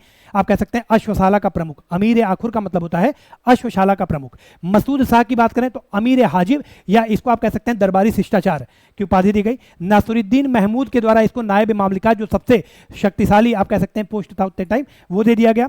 बलबन की नीति कैसी थी, तो बलबन की नीति लौ और रक्त की नीति थी। अगर राजत्व के सिद्धांत की बात करें तो इसने आप कह सकते हैं दैवीकरण का सिद्धांत अपनाया था। मतलब इसने कहा कि जो राजा है वो आप कह सकते हैं ईश्वर का डायरेक्ट प्रतिनिधि है, मतलब राजा जो भी करेगा वो सही है, राजा कभी कुछ गलत नहीं कर सकता। बलबन चूंकि एक गुलाम था और अपने कोर्ट में इसको अपनी सत्ता जो अथॉरिटी है वो एस्टेब्लिश करनी थी, तो इसलिए इसने अपने आप को अफरा और सियात का वंशज भी बताया। अफरा सियात आप कह सकते हैं उस वक्त की सबसे इलाइट फैमिली थी, है ना, तो उसका वंशज इसने अपने आप को बताया। और आप देखेंगे कि अपने दरबार में वहां पर जितनी प्रथाएं फॉलो की जाती थी वो सारी प्रथाएं ये अपने दरबार में लाया। तो अन्य उपाधियों में आप देखेंगे बलबन ने खुद को जिल्ले इलाह की उपाधि दी, जिसको ईश्वर की छाया कह सकते हैं आप, और नियाबत खुदाई मतलब ईश्वर का प्रतिनिधि। ये दो उपाधियां मोस्ट इंपॉर्टेंट है, ये बलबन ने अपने आप को दी थी। इसके अलावा आप देखेंगे अगर दरबारी प्रथा की हम बात करें तो मैंने आपको बताया कि अफराशियात का वंशज अपने आप को ये बताता है। वहां की जो प्रथाएं हैं सिजदा, पैबोस और नवरोज, इन सभी को अपने कोर्ट में इंट्रोड्यूस करता है। सिजदा का मतलब होता है झुककर राजा को प्रणाम करना, पैबोस का मतलब होता है राजा के पैर को चूमना, और नवरोज आपका कह सकते हैं पारसी नववर्ष है। ठीक है, इसके बचपन का नाम क्या है, तो बहाउद्दीन। बलबन के बचपन का नाम क्या है, तो वो आपका है बहाउद्दीन। इसके बाद प्रशासनिक सुधार की बात करें तो दीवाने अर्ज, है ना, एक नया विभाग बनाता है, सैन्य विभाग दीवाने अर्ज, मोस्ट इंपॉर्टेंट है। और पीवाईक्यू है, मल्टीपल टाइम्स आपसे पूछा चुका है पीवाईक्यू, दीवाने अर्ज। इसके बाद एक अधिकारी है ख्वाजा, उसकी नियुक्ति करता है भ्रष्टाचार के नियंत्रण के लिए। इसके शासनकाल में जो इक्तादार थे उनके द्वारा जो भ्रष्टाचार किया जाता था उसको नियंत्रित करने के लिए एक अधिकारी नियुक्त करता है ख्वाजा। इसके बाद आप देखेंगे कि प्रशासन की इकाइयों में जिला स्तरीय इकाई है शिक, है ना, ये किसके द्वारा बनाई जाती है, तो ये बलबन के द्वारा इसकी स्थापना की जाती है। ठीक है, 1279 में आप देखेंगे कि तुगरिल खां का बंगाल में विद्रोह होता है। तुगरिल खां ने अपने आप को मुगीसुद्दीन की उपाधि दी थी, है ना। बंगाल का इक्ता किसने प्रदान किया था तुगरिल खां को, कोई बलबन नहीं दिया था। और बाद में तुगरिल खां जो है वो वहां पर विद्रोह करता है। तो मोस्ट इंपॉर्टेंट है इसके टाइम का, ये एक महत्वपूर्ण विद्रोह है। तुगरिल खां ने खुद को मुगीसुद्दीन की उपाधि दी थी। इसके बाद आप देखेंगे कि मंगोल नेता है तिमूर खान, मंगोल नेता है तिमूर खान। इसका आक्रमण किसके शासनकाल में होता है, बलबन के शासनकाल में होता है भारत में। और इसमें बलबन का जो पुत्र है शहजादा मोहम्मद की मृत्यु हो जाती है। अब बलबन का जो कोर्ट है उसमें बलबन बहुत सारा डिसिप्लिन मेंटेन करके रखता है, बहुत कड़क शासक के रूप में रहता है। तो जब आकर के इसको बताया जाता है कि शहजादा मोहम्मद की मृत्यु हो गई है तो कोर्ट में वो अपना काम जारी रखता है, लेकिन बाद में एकांत कमरे में जाकर के फूट फूट कर रोता है। ठीक है, अमीर खुसरो, आप देखिए अमीर खुसरो और अमीन हसन, इन लोगों ने अपने साहित्यिक जीवन की शुरुआत शहजादा मोहम्मद के ही संरक्षण में प्रारंभ की थी। तो मोस्ट इंपॉर्टेंट है अमीर खुसरो और अमीर हसन, साहित्यिक जीवन का प्रारंभ इन्होंने शहजादा मोहम्मद के ही संरक्षण में प्रारंभ किया था। ठीक है, इसके बाद आप देखेंगे उत्तराधिकारी की बात करें तो कै खुसरो, इसके बाद आता है फिर कैकुबाद और क्यूमर्स आता है। क्यूमर्स जब गद्दी पर होता है ना सुल्तान की, तो आप देखेंगे कि जलालुद्दीन फिरोज खिलजी, ये आपका बुलंद शहर से इसको ये बुलाता है और इसको शाइस्ता खां की उपाधि देता है। शाइस्ता खां की इसको उपाधि देता है और इसको आरिजे मामलिक का पद भी प्रदान करता है। इसके बाद आप देखेंगे यहीं से खिलजी वंश की स्थापना प्रारंभ हो जाती है। ठीक है, तो सबसे पहले आप देख लें खिलजी वंश का अगर शासनकाल है तो 1290 से 1320 तक खिलजी वंश रहता है। 30 वर्ष का इसका शासनकाल सबसे कम है। दिल्ली सल्तनत में जितने भी वंश है 5 डायनेस्टीज है उसमें सबसे कम खिलजी वंश का शासन रहता है। स्थापना या संस्थापक कौन है, तो जलालुद्दीन फिरोज खिलजी, मोस्ट इंपॉर्टेंट है जलालुद्दीन फिरोज खिलजी, इसके द्वारा खिलजी वंश की स्थापना की जाती है। जलालुद्दीन फिरोज खिलजी 1290 से 96 तक रहता है। फिर आपका अलाउद्दीन खिलजी आता है 1296 से 16 तक। शिहाबुद्दीन उमर ये आपका आता है 1316 में, और कुतुबुद्दीन मुबारक शाह 1316 से 1320 तक। उसके बाद आपका नासिरुद्दीन खुसरो शाह आपका 1320 में आता है। शिहाबुद्दीन उमर ध्यान रखिएगा, ये प्रथम शासक है, प्रथम शासक है दिल्ली सल्तनत का जो हिंदू मां की संतान है, हिंदू मां की संतान है ना। अभी हम देखेंगे कि इसकी मां का नाम है झत्यपाली, झत्यपाली, जो देवगिरी के राजा रामचंद्र देव की पुत्री होती है। ठीक है, अभी हम इसको समझेंगे कि मलिक काफूर इसका गुलाम होता है अलाउद्दीन खिलजी का। मलिक काफूर जाकर के दक्षिण में अभियान करता है और वहां के राजा को पराजित करता है। फिर रामचंद्र देव अपनी पुत्री झत्यपाली का विवाह अलाउद्दीन खिलजी के साथ कर देते हैं। बाद में यही अलाउद्दीन खिलजी है, आप देखेंगे कि इसी का पुत्र है शिहाबुद्दीन उमर जो कि हिंदू मां की संतान है, ध्यान रखिएगा। ठीक है, तो ये सारी बातें अभी हम आगे करेंगे। तो यहां पर मित्रों सबसे पहला जो शासक है वो आपका जलालुद्दीन फिरोज खिलजी है। 70 वर्ष की आयु में आप कह सकते हैं गद्दी पर बैठता है। तो जाहिर सी बात है 70 वर्ष की आयु में शासन तो कर नहीं पाएगा, तो इसीलिए इसने तुष्टीकरण की नीति अपनाई थी, है ना। शासन करने के लिए सभी को खुश रखने का प्रयास करता था। और इसका जो राज्याभिषेक है वो किलोखरी के अपूर्ण महल में इसका राज्याभिषेक हुआ था। मोस्ट इंपॉर्टेंट है, किलोखरी के अपूर्ण महल में इसका राज्याभिषेक हुआ था। प्रमुख विद्रोह में अगर हम देखें तो ईरानी संत सीडी मौला, मोस्ट इंपॉर्टेंट है, ईरानी संत सीडी मौला का विद्रोह होता है इसके टाइम पर। सीडी मौला जो है दिल्ली में ये खानका चलाते हैं, दिल्ली में ये खानका चलाते हैं, मतलब खाना खिलाने का काम करते हैं जो गरीब लोग होते हैं उनको। तो इसको लगता है कि ये कुछ षड्यंत्र कर रहे हैं इसके खिलाफ, तो भरी आप कह सकते हैं समाज में पूरे सभी के सामने हाथी के पैर के नीचे रख के इनको ये कुचलवा देता है ना, सीडी मौला को। और आप देखेंगे सीडी मौला का विद्रोह होता है जलालुद्दीन फिरोज खिलजी के शासनकाल में। और हाजी मौला, हाजी मौला इनका विद्रोह किसके शासनकाल में होता है? तो इसी के बाद शासक आता है आपका अलाउद्दीन खिलजी। अलाउद्दीन खिलजी के टाइम पर हाजी मौला का विद्रोह होता है, ध्यान रखिएगा। बलबन के भतीजे मलिक छज्जू का भी विद्रोह जलालुद्दीन खिलजी के शासनकाल में होता है।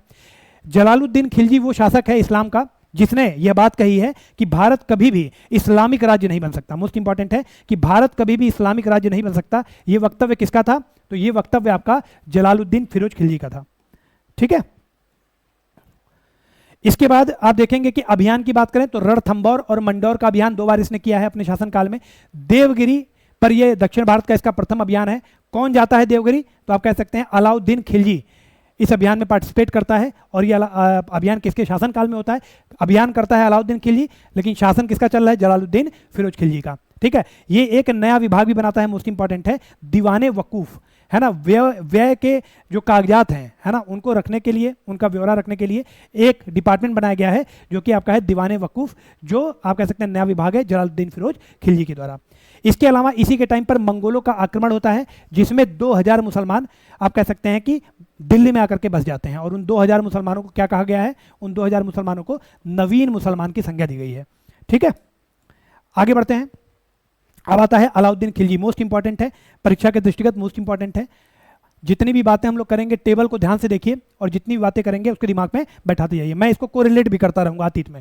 ठीक है, तो बचपन का नाम इसका क्या है? तो अली गुरशास्प, अली गुरशास्प इसका बचपन का नाम है। जलालुद्दीन खिलजी जो है उसका ये भतीजा और दामाद है। जलालुद्दीन खिलजी जो इससे पहले खिलजी वंश का संस्थापक था, उसका ये भतीजा और दामाद है। इसने अपने आप को, मोस्ट इंपॉर्टेंट है, कौन सी उपाधि दी थी? तो आप कह सकते हैं सिकंदर सानी या द्वितीय सिकंदर। सिकंदर सानी या द्वितीय सिकंदर की उपाधि किसने ली थी? तो अलाउद्दीन खिलजी ने ली थी। विश्व विजेता की उपाधि ली थी इसने। ठीक है, इसके टाइम पर अमीर खुसरो ने, अमीर खुसरो की रचना है खजाइन उल फुतू। खजाइन उल फुतू किसकी रचना है? अमीर खुसरो की। और इसमें क्या अमीर खुसरो ने अलाउद्दीन खिलजी को कहा है? अलाउद्दीन खिलजी को उसने युग का विजेता, विश्व के शासकों का सुल्तान और जनता का चरवाहा, ये सभी आप कह सकते हैं जो उपमा है ये किसको दी गई है? अलाउद्दीन खिलजी को दी गई। किसके द्वारा? अमीर खुसरो के द्वारा। किस पुस्तक में? खजाइन उल फुतू में। इसके टाइम पर 3 प्रमुख विद्रोह हुए हैं। देखिए, हाजी मौला का विद्रोह, मंगू खां का विद्रोह और अकत खां का विद्रोह। इससे पहले जलालुद्दीन खिलजी के टाइम पर सीडी मौला का विद्रोह हुआ था। ठीक है, सल्तनत का ये प्रथम शासक था जिसने शराब पर प्रतिबंध लगाया था। मोस्ट इंपॉर्टेंट है, शराब पर प्रतिबंध लगाने वाला दिल्ली सल्तनत का प्रथम शासक कौन सा था? तो वो आपका अलाउद्दीन खिलजी था। मद्य निषेध इसने किया था। ठीक है, इसके बाद आगे है, अब इसका उत्तर भारत और दक्षिण भारत पर अभियान हुआ था। उत्तर भारत के अभियान में कुल इसके 4 सेनापति थे जिन्होंने पार्टिसिपेट किया। दक्षिण भारत का अभियान केवल 1 सेनापति था, मलिक काफूर। ठीक है, तो उत्तर भारत के अभियान में हम देख लेते हैं। सबसे पहला अभियान गुजरात पर हुआ था 1297 में। यहाँ का शासक कर्णदेव था। जो सेनापति गए थे अलाउद्दीन खिलजी के वो उलुग खां और नुसरत खां थे, और यहाँ पर आप देखेंगे कि अलाउद्दीन खिलजी की विजय होती है। अब यहाँ पे गुजरात में जब ये गया तो कर्णदेव की पत्नी कमला देवी थी। कमला देवी के साथ अलाउद्दीन खिलजी विवाह कर लेता है और कर्णदेव अपनी पुत्री देवल देवी को लेकर के भाग जाते हैं। कहाँ जाते हैं? तो देवल देवी को लेकर के ये दक्षिण भारत में एक, आप कह सकते हैं दक्षिण भारत में एक प्रांत है जो आपका रामचंद्र देव का प्रांत है, देवगिरी, वहां पर जाकर के शरण लेते हैं। और यही कारण था अलाउद्दीन खिलजी का, आप कह सकते हैं, दक्षिण में अभियान करने का, है ना, क्योंकि यहां से भागते हैं और इनको पकड़ने के लिए वो दक्षिण में जाता है। हालांकि धन लूटना भी उसका एक मकसद था। ठीक है, और वहां पर मलिक काफूर को भेजता है रामचंद्र देव के वहां, और वहां पर अभी मैं उसके बारे में बात करूंगा आगे। ठीक है, तो कर्णदेव, आप देखिए यहाँ पर कर्णदेव शासक है गुजरात का। 1297 ईस्वी में सबसे पहला अभियान उत्तर भारत में गुजरात में उलुग खान नुसरत खां के नेतृत्व में। यहां पर आप देखेंगे एक महत्वपूर्ण इवेंट होता है गुजरात के ही कैम्बे में। गुजरात के कैम्बे में एक किन्नर है जिसका नाम है मलिक काफूर। मलिक काफूर ये एक किन्नर है ना। नुसरत खां की नजर इस पर पड़ती है और इसमें कुछ वो विशेषताएं देखता है जिसके कारण 1000 दिनार देकर के वो इसको खरीद लेता है। ठीक है, तो इसीलिए मलिक काफूर को 1000 दिनारी के नाम से भी जाना जाता है। मलिक काफूर को 1000 दिनारी, 1000 दिनारी के नाम से भी जाना जाता है। ठीक है, इसके बाद आप देखेंगे अगला अभियान रणथंभौर में होता है 1301 में। हमीर देव यहां पर उलुग खान नुसरत खां जाते हैं, बहुत दिन तक युद्ध लड़ते हैं, विजय नहीं मिलती है। अंत में यहां पर नुसरत खां की मृत्यु भी हो जाती है, मोस्ट इंपॉर्टेंट है। तो फिर अलाउद्दीन खिलजी स्वयं यहां पर आता है इस अभियान में, और फिर अंत में अलाउद्दीन खिलजी की विजय होती है। इसके बाद आप देखेंगे चित्तौड़, मोस्ट इंपॉर्टेंट है। अगला जो अभियान है उत्तर भारत में 1303 में चित्तौड़ में होता है। यहां का शासक है राणा रतन सिंह, है ना। अब आपको पद्मावत की कहानी याद आएगी। ठीक है, यहीं से संदर्भित है, जो पद्मावत की कहानी है वो यहीं से संदर्भित है। ठीक है, तो आप देखेंगे कि राणा रतन सिंह की जो पत्नी है उनका नाम है पद्मावती। इनका नाम क्या है? पद्मावती। किसी ने जाकर के अलाउद्दीन खिलजी से कहा कि पद्मावती एक अपूर्व सुंदरी है ना। तो अलाउद्दीन खिलजी इनसे विवाह करने और इनको प्राप्त करने के उद्देश्य से चित्तौड़ में अभियान करता है 1303 में। यहां पर राणा रतन सिंह को बंदी बना लिया जाता है। ठीक है, और उसके बाद अंत में यहीं पर मलिक मोहम्मद जायसी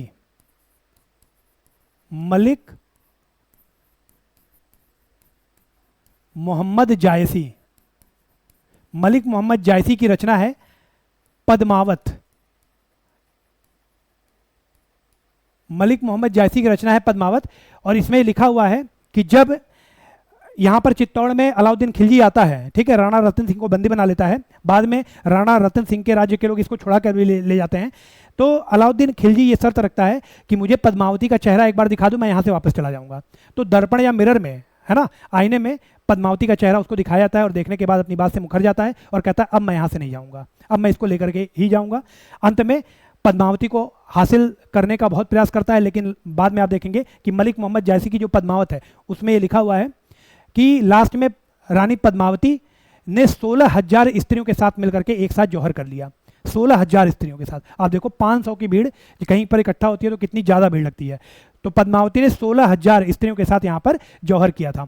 अलाउद्दीन खिलजी के साथ यहाँ पर अमीर खुसरो भी गया था, मोस्ट इंपॉर्टेंट है, और यहाँ पर भी अलाउद्दीन खिलजी की विजय हुई थी। उसके बाद आप देखेंगे सारे इतने महत्वपूर्ण नहीं है, केवल सेनापति के नाम, और आप ये देख लें शासक का नाम क्या है। तो 1305 में मालवा में हुआ था, महलक देव शासक था। आइनुल मुल्क यहाँ पर इसका सेनापति था अलाउद्दीन खिलजी का, इसकी विजय हुई थी। शिवान में आप देखेंगे कि 1308 में शीतल देव यहाँ का शासक था। कमालुद्दीन गुर्ग आपका अलाउद्दीन खिलजी का सेनापति है, यहाँ पर भी उसकी विजय होती है। जालौर में आप देखेंगे तो 1311 में कान्हादेव शासक है, कमालुद्दीन गुर्ग यहाँ पर इसका सेनापति होता है अलाउद्दीन खिलजी का। सभी में आप कह सकते हैं कि सभी अभियानों में उत्तर भारत के अलाउद्दीन खिलजी की विजय हुई थी। याद रखने का एक ट्रिक है, गुरची मासिजा याद रखिए। गुजरात, रणथंभौर, चित्तौड़, मालवा, सिवान और जालौर, गुरची मासिजा। ठीक है, इसके बाद दक्षिण भारत के अभियान की बात करें तो आपको पता है गुजरात अभियान के समय कर्णदेव अपनी पुत्री देवल देवी को लेकर के कहाँ भागे थे, तो देवगिरी के रामचंद्र देव के वहाँ इन्होंने शरण ली थी। फिर ये रामचंद्र देव के यहाँ किसको भेजता है, अपने सेनापति मलिक काफूर को, और यहाँ पर आप देखेंगे कि मलिक काफूर विजयी होता है और रामचंद्र देव आप कह सकते हैं कि उसकी अधीनता स्वीकार करते हैं अलाउद्दीन खिलजी की, है ना। देवगिरी के राजा 1307 से 1308 में यहाँ पर अभियान होता है, दक्षिण भारत में पहला अभियान था ये अलाउद्दीन खिलजी का। और आप देखेंगे कि यहाँ पर रामचंद्र देव पराजित होकर के अपनी पुत्री झत्यपाली का विवाह कर देते हैं अलाउद्दीन खिलजी के साथ। इसी का पुत्र जो है वो आपका दिल्ली सल्तनत का पहला हिंदू माँ का संतान है, शिहाबुद्दीन उमर, ठीक है। झत्यपाली का विवाह हो जाता है अलाउद्दीन खिलजी के साथ और देवल देवी को लेकर के अपने साथ वो चला जाता है और अपने पुत्र खिज्र खां के साथ उसका विवाह कर देता है और चित्तौड़ का नाम बदल करके खिजराबाद कर देता है, वहां का शासक बना देता है खिज्र खां को, ठीक है। इसके बाद आप देखेंगे खिलजी ने रामचंद्र देव को क्या क्या उपाधियां दी हैं। जब झत्यपाली का विवाह खिलजी के साथ हो जाता है तो राय रायन की उपाधि खिलजी ने किसको दी है, रामचंद्र देव को, देवगिरी के राजा हैं। इसके बाद 1 लाख सोने का टंका देता है और नौसारी की जागीर प्रदान करता है। इसके बाद तेलंगाना वारंगल का अभियान होता है 1309 से 10 में। यहाँ पर प्रताप रुद्रदेव शासक हैं, मलिक काफूर यहाँ पर जाता है और ये भी विजयी हो जाता है। प्रताप रुद्रदेव के द्वारा अधीनता देखिए स्वीकार कैसे करी जा रही है अलाउद्दीन खिलजी के लिए। प्रताप रुद्रदेव अपनी पूरी एक सोने की मूर्ति बनाता है, जंजीर से जड़ी हुई, जंजीर भी सोने की है, और उसके साथ कोहिनूर का हीरा, यहीं से कोहिनूर के हीरे का संदर्भ आता है ना। तो ये अपनी मूर्ति सोने की और कोहिनूर का हीरा, दोनों चीज मलिक काफूर को देते हैं कि जाकर के अलाउद्दीन खिलजी को दे दीजिए कि हमने उनकी अधीनता स्वीकार कर ली है, ठीक है। कोहिनूर का जो हीरा है ये माना जाता है कि गोलकुंडा की खान से निकला है, विश्व का सबसे विलक्षित हीरा, इसके जैसा कोई दूसरा हीरा नहीं है, ठीक है। कर्नाटक में इसका अभियान होता है होयसल में 1311 में। वीर वल्लभ तृतीय यहाँ का शासक है, मलिक काफूर आप कह सकते हैं सेनापति है। उसके बाद तमिलनाडु के मदुरा में 1311 में यह अभियान होता है, वीर पांड्या सुंदर पांड्या शासक हैं, मलिक काफूर यहाँ सेनापति के तौर पर जाता है और ये युद्ध अनिर्णायक होता है। इसको याद करने के लिए देवा होम, है ना, मतलब देवगिरी, वारंगल, होयसल और मदुरा, देवा होम। आगे बढ़ते हैं। अलाउद्दीन खिलजी आप कह सकते हैं सबसे ज्यादा मंगोलों का आक्रमण किसके शासनकाल में हुआ था, तो अलाउद्दीन खिलजी के शासनकाल में हुआ था। 1297 में आप देखेंगे प्रथम आक्रमण होता है, कादिर खान मंगोल सेना का नेतृत्व करता है। 1299 में द्वितीय आक्रमण होता है। 1299 मोस्ट इंपॉर्टेंट है, 1299 में ही आप देखेंगे कि कुतुलुक ख्वाजा का आक्रमण होता है, जो भी मंगोल है कुतुलुक ख्वाजा। और इस आक्रमण में आप कह सकते हैं कि अलाउद्दीन खिलजी का सबसे प्रमुख जो सेनापति है जफर खां, उसकी मृत्यु होती है, ठीक है। तो मोस्ट इंपॉर्टेंट है, जफर खां की मृत्यु कब होती है, तो कुतुलुक ख्वाजा के टाइम पर 1299 में। इसके बाद मंगोलों से रक्षा के लिए अलाउद्दीन खिलजी ने सिरी में दुर्ग का निर्माण कराया और अपनी राजधानी सिरी को ही बना लिया, ठीक है। अलाउद्दीन खिलजी के सैन्य प्रशासन की अगर बात करें तो सर्वप्रथम स्थायी सेना और सेना को नगद वेतन देना किसने प्रारंभ किया, अलाउद्दीन खिलजी ने किया। घोड़ों को दागने की प्रथा और सैनिकों का हुलिया, ये सभी चीजें किसने प्रारंभ की, अलाउद्दीन खिलजी ने प्रारंभ की। मोस्ट इंपॉर्टेंट है, PYQ है, ठीक है, PYQ है। इसके बाद 4,75,000 घुड़सवार सैनिक इसकी सेना में थे, ठीक है। बाजार व्यवस्था की बात करें तो आप देखेंगे कौन कौन से स्रोत हैं जहां से हमें अलाउद्दीन खिलजी के बाजार व्यवस्था की जानकारी प्राप्त होती है, तो बरनी की आप देखेंगे यहां पर तारीखे फिरोज शाही, बरनी की तारीखे फिरोज शाही, इब्न बतूता की रेहला, इसामी की फुतू उस सलातीन, इसामी की फुतू उस सलातीन मोस्ट इंपॉर्टेंट है, और अमीर खुसरो का खजाइन उल फुतू, अमीर खुसरो का खजाइन उल फुतू, तो मोस्ट इंपॉर्टेंट है। मैच दी फॉलोइंग में ये चीजें आपसे अक्सर परीक्षा में पूछी जाती हैं। इसके बाद आप देखेंगे अलाउद्दीन खिलजी 1296 से 1316 तक शासक है, इसी के बारे में हम पढ़ रहे हैं। इसने वस्तुओं का मूल्य निर्धारण किया, इसने 3 प्रकार की मंडी बनाई, ठीक है। एक तो मंडी थी, एक सराय अदल था और एक आपका सामान्य बाजार था। मंडी में अनाज फल और सब्जियां बिकती थी। इसका जो प्रमुख अधिकारी वो आपका शहना मंडी था, मोस्ट इंपॉर्टेंट है, स्टार मार्कर है, शहना मंडी, ठीक है। सराय ए अदल ये आपका वस्त्र बाजार था और इसका अधिकारी जो था वो परवाना नवीस था, परमिट अधिकारी इसको कहते थे, मोस्ट इंपॉर्टेंट है परवाना नवीस। और सामान्य बाजार में घोड़े मवेशी और दास दासी बेचे खरीदे जाते थे। दीवाने रियासत मोस्ट इंपॉर्टेंट है, दीवाने रियासत विभाग की रचना किसने की थी, किसने बनाया था, मोस्ट इंपॉर्टेंट है, PYQ है, स्टार मार्कर है, दीवाने रियासत विभाग बनाया था खिलजी ने बाजार व्यवस्था को नियंत्रित करने के लिए, बाजार व्यवस्था को नियंत्रित करने के लिए दीवाने रियासत। राशनिंग पद्धति का प्रारंभ भी अलाउद्दीन खिलजी के द्वारा ही किया गया था। इसके बाद आप देखेंगे इसने जो कर लगाए, चरी कर और घरी कर, चरी कर चारागाह पर था और घरी कर मकान पर था, ठीक है। दीवाने मुस्तखराज मोस्ट इंपॉर्टेंट है, अलाउद्दीन खिलजी के द्वारा ही बनाया गया डिपार्टमेंट है दीवाने मुस्तखराज। बकाया राजस्व की वसूली के लिए डिपार्टमेंट बनाया गया था, बकाया राजस्व की वसूली के लिए दीवाने मुस्तखराज। खराज क्या होता है? तो आप देखेंगे गैर मुस्लिम कृषकों से भू राजस्व कर लिया जाता था खराज। किसके टाइम पर? अलाउद्दीन खिलजी के टाइम पर। आप कह सकते हैं सामान्य दर जो इसकी थी वो 1/3 थी, लेकिन दिल्ली सल्तनत के 2 शासक ऐसे हुए हैं जिन्होंने जो खराज है ना, वो 1/3 नहीं लिया है बल्कि 1/2 लिया है। एक आपका अलाउद्दीन खिलजी था और दूसरा आपका मोहम्मद बिन तुगलक था, इन्होंने 1/2 लिया है। इसके अलावा एक कर था खुम्स, है ना, ये वार बूटी था, मतलब जहां पर युद्ध लड़ने जाते थे वहां से जो लूट करके लाते थे उसे खुम्स कहते थे। और ध्यान रखिएगा इसका जो खुम्स है इसमें जो व्यवस्था बनी थी कि खुम्स का 20% शासक लेगा और 80% सैनिक लेंगे, क्योंकि असली मेहनत है ना लूटने की और वहां पर अभियान करने की तो सैनिक ही कर रहे हैं, तो 80 और सैनिकों की संख्या भी ज़्यादा है तो 80% सैनिक लेंगे, 20% राजा लेगा। लेकिन 2 शासक ऐसे हुए हैं जिन्होंने 80% खुद लिया है और 20% सैनिकों को दिया है, वो आपका अलाउद्दीन खिलजी और मोहम्मद बिन तुगलक था। इसके अलावा एक शासक ऐसा भी है जिसने खुम्स का कुछ भी नहीं लिया है, सब कुछ सैनिकों को दिया है, और वो कौन था? वो आपका था सिकंदर लोदी। ठीक है, मोस्ट इंपॉर्टेंट है, ये सारे फैक्ट मोस्ट इंपॉर्टेंट है, सारे फैक्ट आपके मोस्ट इंपॉर्टेंट है। अब इससे बाहर आपके परीक्षा में प्रश्न नहीं आएगा, ठीक है। एक अच्छी कहानी क्रोनोलॉजी के साथ इवेंट्स को समझते हुए हम लोग चल रहे हैं। अगर आप वीडियो को 1 से 2 3 बार देख लेंगे तो निश्चित तौर पर मध्यकालीन भारत का इतिहास आपके फिंगर टिप्स पे हो जाएगा। अलाउद्दीन खिलजी के काल में राजस्व के साधन क्या थे? तो आप देखेंगे यहाँ पर कुल 5 प्रकार के कर हैं। उश्र जो है ये आपका भू राजस्व था, मुस्लिम किसान के ऊपर ये लगाया जाता था। कुल उत्पादन का 5 से 10% यहाँ पर मुस्लिम कृषक को देना होता था। खराज की बात करें तो यह भी भू राजस्व है। मैंने आपको बताया कि गैर मुस्लिम जो कृषक होते थे उनके उत्पादन पर 1/2 या 1/3 या आप कह लें 33% या 50% का कर लगता था। खुम्स मैंने आपको बता दिया लूट में मिली संपत्ति थी। राजा 20% लेता था, सैनिक 80%। 2 शासक ऐसे हुए हैं जो इसको पलट दिए हैं, एक आपका था अलाउद्दीन खिलजी और एक का था MBT मोहम्मद बिन तुगलक, और एक शासक ऐसा भी है जिसने खुम्स का कुछ भी नहीं लिया है, वो आपका कौन है? सिकंदर लोदी। जजिया की अगर बात करें तो गैर मुस्लिम प्रजा से कर वसूला जाता था उनके जान और संपत्ति की सुरक्षा के लिए, ठीक है। जकात जो है यह आपका मुस्लिम प्रजा से धार्मिक कर लिया जाता था। कुल आय का 2.5%, कुल आय का 2.5%, मोस्ट इंपॉर्टेंट है, कुल आय का 2.5%।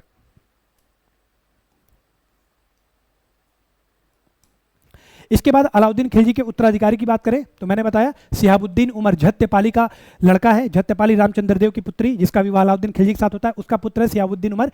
ये पहला दिल्ली सल्तनत का शासक है जो हिंदू माँ की संतान है, हिंदू माँ की संतान है, मोस्ट इंपॉर्टेंट है।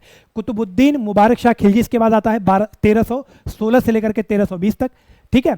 इसने खुद को ही खलीफा घोषित कर दिया। अभी तक आपने देखा होगा कि जो सुल्तान है वो सुल्तान की उपाधि ले रहे हैं और किसी ना किसी खलीफा की स्वीकृति पर ले रहे हैं, लेकिन कुतुबुद्दीन मुबारक शाह खिलजी जो है इसने खुद को ही खलीफा घोषित कर दिया, खुद को ही खलीफा की उपाधि दे दी। उपाधि इसने ली खलीफतुल अल्लाह, खलीफतुल अल्लाह की उपाधि ली। आप देखेंगे कि निजामुद्दीन औलिया के साथ इसकी बिल्कुल नहीं बनती थी। निजामुद्दीन औलिया का सर काटने वाले को 1000 टंका देने का इनाम देने का इसने वादा किया था कि निजामुद्दीन औलिया का सर काट के जो लाएगा उसको हम 1000 टंका का इनाम देंगे। क्यों ऐसा था? क्योंकि निजामुद्दीन औलिया जो थे ये सूफी संत थे, है ना, चिश्ती सिलसिले। आप देखेंगे कि निजामुद्दीन औलिया जो थे ये किसी भी राजा के दरबार में नहीं जाते थे, तो इसीलिए जो आप कह सकते हैं शासक था वो इनसे हमेशा चिढ़े रहते थे। और आप देखेंगे कि कुतुबुद्दीन मुबारक शाह खिलजी ने यह ऐलान किया था कि एक विशेष दिन पर अगर इस दिन निजामुद्दीन औलिया मेरे शासन में नहीं आया, है ना, तो उसके लिए बहुत बुरा होगा। और आप देखेंगे कि वो उसी दिन का सूर्योदय होने से पहले ही जो कुतुबुद्दीन मुबारक शाह खिलजी है उसकी मृत्यु हो जाती है, उसका देहांत हो जाता है, तो इनकी अथॉरिटी इस्टेब्लिश हो जाती है। लोग कहते हैं कि निजामुद्दीन औलिया को मारने चला था, खुद ही मर गया, ठीक है। खिलजी वंश का अंतिम शासक कौन है? तो आप कह सकते हैं कुतुबुद्दीन मुबारक शाह खिलजी, मोस्ट इंपॉर्टेंट है, खिलजी वंश का अंतिम शासक। नासिरुद्दीन खुसरो शाह 1320 में आप कह सकते हैं कि ये बनता है, शासक बनता है। ये प्रथम कन्वर्टेड मुस्लिम रूलर है। दिल्ली सल्तनत का पहला कन्वर्टेड मुस्लिम रूलर कौन है? तो ये पहले ये हिंदू था, नासिरुद्दीन खुसरो शाह, ठीक है, लेकिन ये पहला कन्वर्टेड मुस्लिम रूलर है दिल्ली सल्तनत का। 1320 में ये गद्दी पर बैठता है। इसने आप कह सकते हैं उपाधियां कौन से ली? तो पैगंबर के सेनापति और नसीरुद्दीन खुसरो शाह, नसीरुद्दीन खुसरो शाह की इसने उपाधि ली थी। इसी के बारे में कहा जाता है कि इस्लाम खतरे में है या इस्लाम का शत्रु। नसीरुद्दीन खुसरो शाह के बारे में क्या कहा जाता है? इस्लाम खतरे में है या इस्लाम का शत्रु, इसे ही कहा गया, ठीक है। इसके बाद आपका तुगलक वंश आता है 1320 से 1414 तक, कुल 94 वर्ष तक आप कह सकते हैं सबसे लंबा शासनकाल तुगलक वंश का होता है। जो शासक हैं गयासुद्दीन तुगलक 1320 से 25, मोहम्मद बिन तुगलक 25 से 51, 1351 से 1388 फिरोज शाह तुगलक, गयासुद्दीन तुगलक शाह जो है 1388 से 89, अबू बकर आपका 89 से 90, अलाउद्दीन सिकंदर शाह 90 से 94 और नासिरुद्दीन महमूद शाह आपका 94 से 12। ठीक है, तो ये इनका क्रम था, महत्वपूर्ण, ध्यान से देख लें।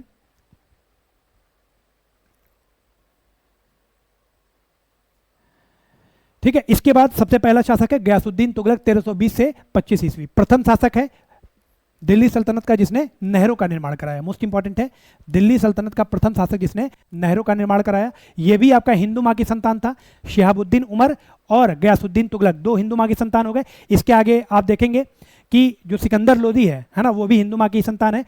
कुल 4 हिंदू माँ की संतान हुए हैं दिल्ली सल्तनत में, अभी मैं सबको बताऊंगा। ठीक है, वारांगल का जो शासक है प्रतापरुद्र देव, इसको इसने जीत लिया था। निजामुद्दीन औलिया से इसका भी मतभेद था। ठीक है, और जिस प्रकार इससे पहले आपने देखा कि कुतुबुद्दीन मुबारक शाह का मतभेद था, वो भी मारा गया। ठीक है, उसी प्रकार गयासुद्दीन तुगलक, इसका भी मतभेद निजामुद्दीन औलिया से होता है। और आप देखेंगे कि कुतुबुद्दीन मुबारक शाह के मरने के बाद जो दिल्ली सल्तनत का सुल्तान बना था, वो बना था आपका नासिरुद्दीन खुसरो शाह। इसने निजामुद्दीन औलिया को 5 लाख टंका का आप कह सकते हैं दान किया था। बाद में जब गयासुद्दीन तुगलक शासक बना तो इसने वही राशि इनसे वापस मांग ली, और ये उस वक्त आप कह सकते हैं वारांगल जीतने गया था प्रतापरुद्र देव के शासन में, और इसने कहा कि जब तक मैं दिल्ली वापस आऊं, है ना, तब तक ये राशि मुझे वापस कर देना, निजामुद्दीन औलिया से कहा था। निजामुद्दीन औलिया ने कहा कि मेरे पास वो है ही नहीं, मुझे धनराशि का क्या काम है, मैंने वो सब कुछ दान में दे दिया है।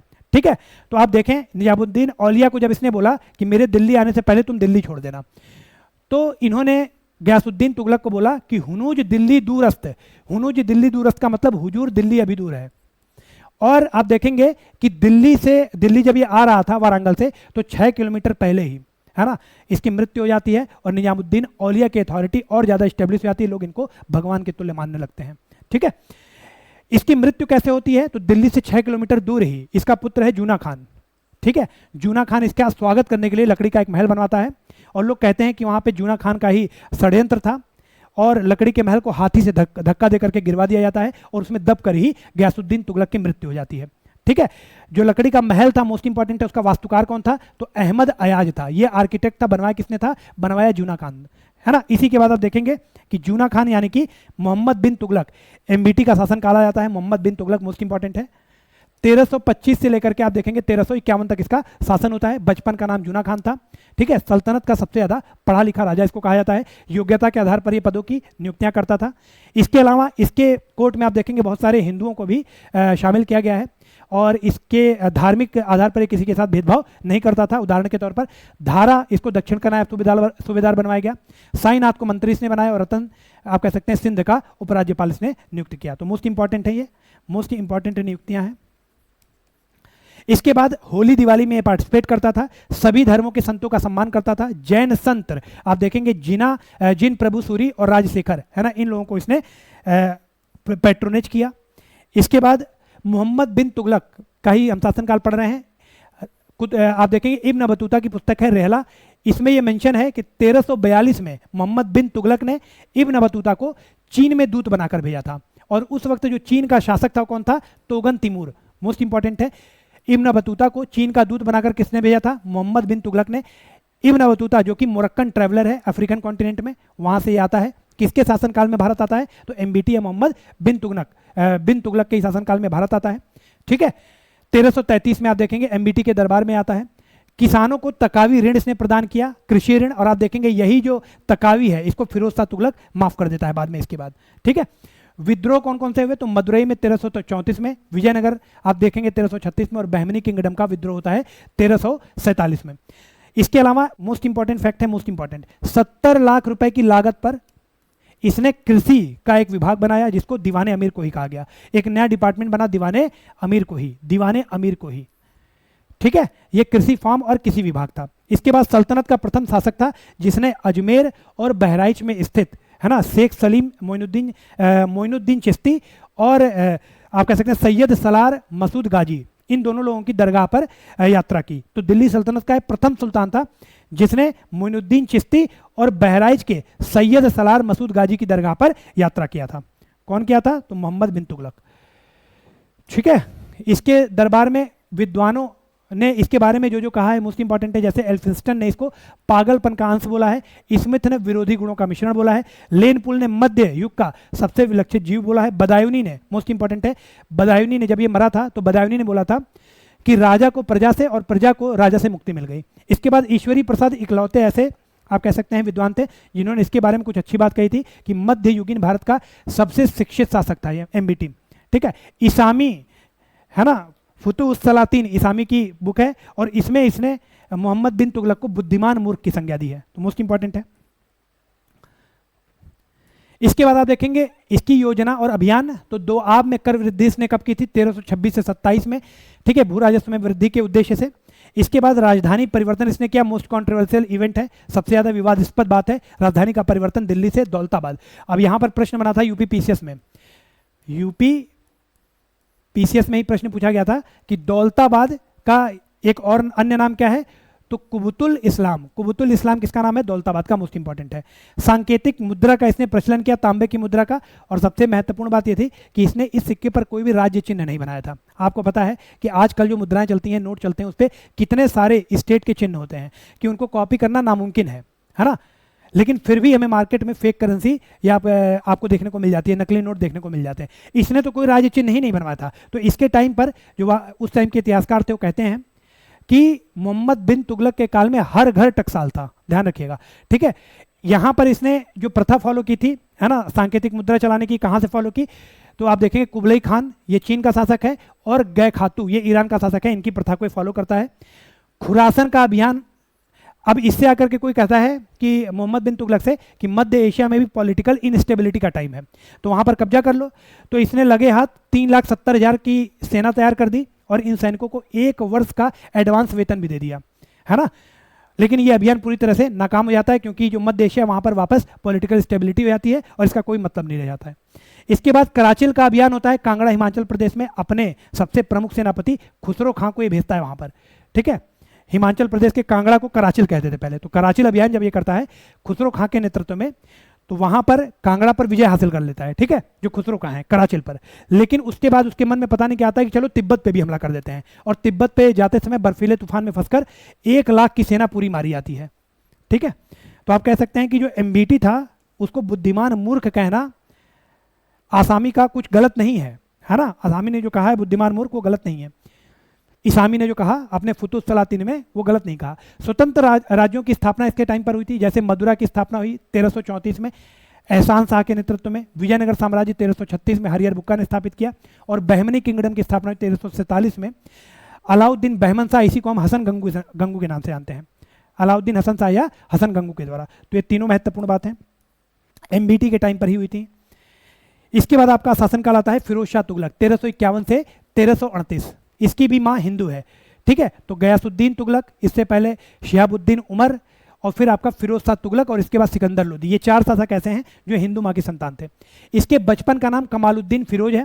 सल्तनत काल का सबसे लंबा शासन करने वाला दूसरा शासक है, पहला कौन है, तो लोदी वंश का बहलोल लोदी, ये दूसरा शासक है। हेनरी इलियट और एल्फिंस्टन के अनुसार इसको दिल्ली का अकबर कहा जाता है। हेनरी इलियट और एल्फिंस्टन के अनुसार इसको दिल्ली का अकबर कहा जाता है। बर्नी ने तारीख फिरोजशाही में इसको दिल्ली का आदर्श सुल्तान तथा सच्चा मुसलमान कहा, है ना, मोस्ट इंपॉर्टेंट है। बर्नी ने अपने तारीख फिरोजशाही में इसको दिल्ली का आदर्श सुल्तान और सच्चा मुसलमान कहा। इसने अपनी एकमात्र शासक है दिल्ली सल्तनत का जिसने अपनी आत्मकथा स्वयं लिखी है ना, वो था आपका फुतुहात ए फिरोजशाही। फुतुहात ए फिरोजशाही ये किस भाषा में लिखी गई है, तो फारसी में लिखी गई है। दिल्ली सल्तनत का एकमात्र सुल्तान जिसने अपनी आत्मकथा फुतुहात ए फिरोजशाही स्वयं लिखी, वो आपका कौन था, फिरोज शाह तुगलक। इसके बाद मुस्लिम महिलाओं का दिल्ली के बाहर जो मजार स्थित है वहां पर जाने पर इसने प्रतिबंध लगाया। सल्तनत का एक प्रथम शासक था जिसने ब्राह्मणों पर जजिया लगाया, मोस्ट इंपॉर्टेंट है। सल्तनत का प्रथम शासक जिसने ब्राह्मणों पर जजिया लगाया। किसानों को तकावी ऋण जो एमबीटी ने दिया था उसको इसने माफ कर दिया। ठीक है, अशोक के 2 अभिलेख, मोस्ट इंपॉर्टेंट फैक्ट है, मोस्ट इंपॉर्टेंट, अशोक के 2 अभिलेख हैं, दिल्ली टोपरा और दिल्ली मेरठ। दिल्ली टोपरा आपका अंबाला में है और दिल्ली मेरठ अभिलेख आपका मेरठ में था। इन दोनों को दिल्ली में स्थापित करता है, इन दोनों अभिलेखों को वो दिल्ली में स्थापित करता है। समय सूचक यंत्र का आविष्कार करता है जिसको ताश घड़ियाल या जल घड़ी के नाम से भी जाना जाता है। ठीक है, इसके बाद आप देखेंगे कि मिस्र के खलीफा से 2 बार सुल्तान की पद की मान्यताएं प्राप्त करता है फिरोज शाह तुगलक। 2 बार सुल्तान के पद की मान्यता प्राप्त करता है मिस्र के खलीफा से। खुतबे में ये परिवर्तन करता है। खुतबा मतलब होता है धार्मिक, आप कह सकते हैं धार्मिक अभिलेख जो पढ़ा जाता है, ठीक है। खुतबे में इसने परिवर्तन किया और अपने से पहले जितने शासक हैं सभी का नाम इसमें सम्मिलित किया, एक शासक को छोड़कर, जो कि था आपका कुतुबुद्दीन ऐबक। क्यों? क्योंकि कुतुबुद्दीन ऐबक ने सुल्तान की आप कह सकते हैं उपाधि धारण नहीं की थी। कुतुबुद्दीन ऐबक ने क्या कहा था अपने आप को? मालिक या सिप्पे सलार, अभी थोड़ी देर पहले मैंने आपको बताया था, ठीक है। ऐसा ही आप देखेंगे कि जो सैयद डायनेस्टी उसमें खिज्र खान जो है ना, वो भी सुल्तान की उपाधि नहीं धारण करता है, रियायत आला की उपाधि धारण करता है। तो दिल्ली सल्तनत का सबसे भ्रष्ट और सबसे अमीर शासक की उपाधि किसको दी गई है? फिरोज शाह तुगलक को। हिंदू माँ की संतान है। सल्तनत काल में सर्वाधिक दास फिरोज शाह तुगलक के पास थे, 1,80,000 दास। इसीलिए आप देखेंगे कि इसके द्वारा दीवाने बंदगान, एक अभी विभाग बनाया जाता है, दीवाने बंदगान दास विभाग। 5 नगरों की स्थापना की जाती है, फिरोजपुर, फिरोजाबाद, फतेहाबाद, जौनपुर और हिसार। जौनपुर की स्थापना वो अपने आप कह सकते हैं जूना खान या मोहम्मद बिन तुगलक की याद में जौनपुर की स्थापना करता है। अब आप देखें यहाँ पर कौन कौन से विभाग बनाए। दीवाने बंदगान दास विभाग की स्थापना इसके द्वारा हुई है। दीवाने खैरात दान विभाग या विवाह विभाग की स्थापना की गई है। दीवाने इस्तिहाक ये आपका पेंशन विभाग था असमर्थ लोगों के लिए। दीवाने इमारत ये आपका लोक निर्माण विभाग या PWD, ठीक है। इसके बाद शिफा खाना या दारुल सफा ये आपका खैराती अस्पताल था। रोजगार दफ्तर बेरोजगारों को रोजगार दिलाने के लिए। तो आप देखेंगे 1, 2, 3, 4 इन 4 विभागों की स्थापना फिरोज शाह तुगलक के द्वारा कराई जाती है। अब तक कुल 9 विभाग स्थापित हो चुके हैं, ठीक है। तो यहाँ पर आप देख लें, एक बार रिकैप कर लें, रिवाइज कर लें। बलबन ने एक विभाग बनाया था, दीवाने अर्ज जो कि सैन्य विभाग था। जलालुद्दीन खिलजी ने एक विभाग बनाया, दीवाने वकूफ जो कि व्यय के कागजात का विभाग था। अलाउद्दीन खिलजी ने 2 विभाग बनाए, दीवाने मुस्तकराज और दीवाने रियासत। मुस्तकराज आपका था बकाया राजस्व की वसूली के लिए, और दीवाने रियासत बनाया गया था बाजार व्यवस्था को नियंत्रित करने के लिए। मोहम्मद बिन तुगलक ने एक विभाग बनाया था, दीवाने अमीर को ही कृषि डिपार्टमेंट, ठीक है। और फिरोज शाह तुगलक ने 4 विभाग बनाए, जिसमें आपने देखा बंदगान, खैरात, इस्तिहाक और इमारत। ये आपके 4 विभाग फिरोज शाह तुगलक के द्वारा बनाए गए। तो मोस्ट इंपॉर्टेंट टेबल है, मोस्ट इंपॉर्टेंट लिख दे रहा हूं। आगे बढ़ते हैं। फिरोज शाह तुगलक के ही टाइम पे आप देखेंगे सिंचाई के लिए नहरों का निर्माण कराया गया। 2 नहर महत्वपूर्ण है, उलुग पानी नहर और रजवाही नहर। उलुग पानी नहर 150 मील लंबी थी और रजवाही नहर आपकी 96 मील लंबी थी। सिंचाई कर इसने क्या क्या लगाए हैं? तो आप देखिए हक ए शर्ब, हक ए शर्ब ये सिंचाई कर है। कुल उत्पादन का 1/10 इसमें देना होता था, ठीक है। हक ए शर्ब में किसने इंट्रोड्यूस किया? फिरोज शाह तुगलक ने। 1200 फलों के बाग लगाए। राज्यों की आमदनी का पहली बार ब्यौरा इसने निकलवाया कि राज्य की कितनी आमदनी है, और यह काम इसने किसको सौंपा था? ख्वाजा हिसामुद्दीन, मोस्ट इंपॉर्टेंट है, ख्वाजा हिसामुद्दीन को एक जिम्मेदारी सौंपी कि राज्य की कुल आय निकालो। और उस वक्त जो आय निकाली गई ख्वाजा हिसामुद्दीन के द्वारा वो आपकी 6 करोड़ 85 लाख थी, 6 करोड़ 85 लाख। इसके बाद आप देखेंगे 36 कारखानों का निर्माण कराया। सभी महत्वपूर्ण नहीं है लेकिन कुछ महत्वपूर्ण है, जैसे अलम खाना यह आपका शाही पताका कारखाना था। जमादार खाना यह आपका शाही वस्त्र कारखाना था। उसके बाद फर्राश खाना यह आपका कालीन का कारखाना था। और रकाब खाना यह आपका घोड़े की साज सज्जा करने का कारखाना था, ठीक है। इसके बाद संस्कृत ग्रंथों का फारसी में इसने अनुवाद कराया। किस शीर्षक के साथ करवाया? तो दलाइल फिरोजशाही, दलाइल फिरोजशाही शीर्षक के साथ संस्कृत ग्रंथों का फारसी में अनुवाद कराया। किसके द्वारा करवाया? अजीजुमुद्दीन किरमानी, अजीजुमुद्दीन किरमानी मोस्ट इंपॉर्टेंट है। फिरोज शाह तुगलक ने संस्कृत ग्रंथों का फारसी में अनुवाद कराया अजीजुद्दीन किरमानी के द्वारा। और किस शीर्षक के साथ करवाया? तो दलाइल फिरोजशाही। इसके बाद आप देखेंगे राज्य की संपत्ति से हज यात्रा प्रारंभ करने वाला दिल्ली सल्तनत का एकमात्र शासक था ये फिरोज शाह तुगलक, है ना, कि राज्य की जो संपत्ति है उससे वो लोगों की हज यात्रा करवाता था। मोस्ट इंपॉर्टेंट फैक्ट है। इसके अलावा आप देखेंगे कि मोहम्मद आप देखेंगे मोहम्मद गौरी की तरह, है ना, सॉरी मोहम्मद गजनवी की तरह बुक्त शिकन की उपाधि यह भी प्राप्त करना चाहता था। तो आप देखेंगे ज्वाला देवी मंदिर, नागरकोट का ज्वाला देवी मंदिर है, उसको तोड़ने के आदेश इसने दिए, ठीक है। मोइनुद्दीन चिश्ती और सलार मसूद गाजी की दरगाह पर यात्रा भी इसने की, 2 बार यात्रा की थी, याद रखिएगा।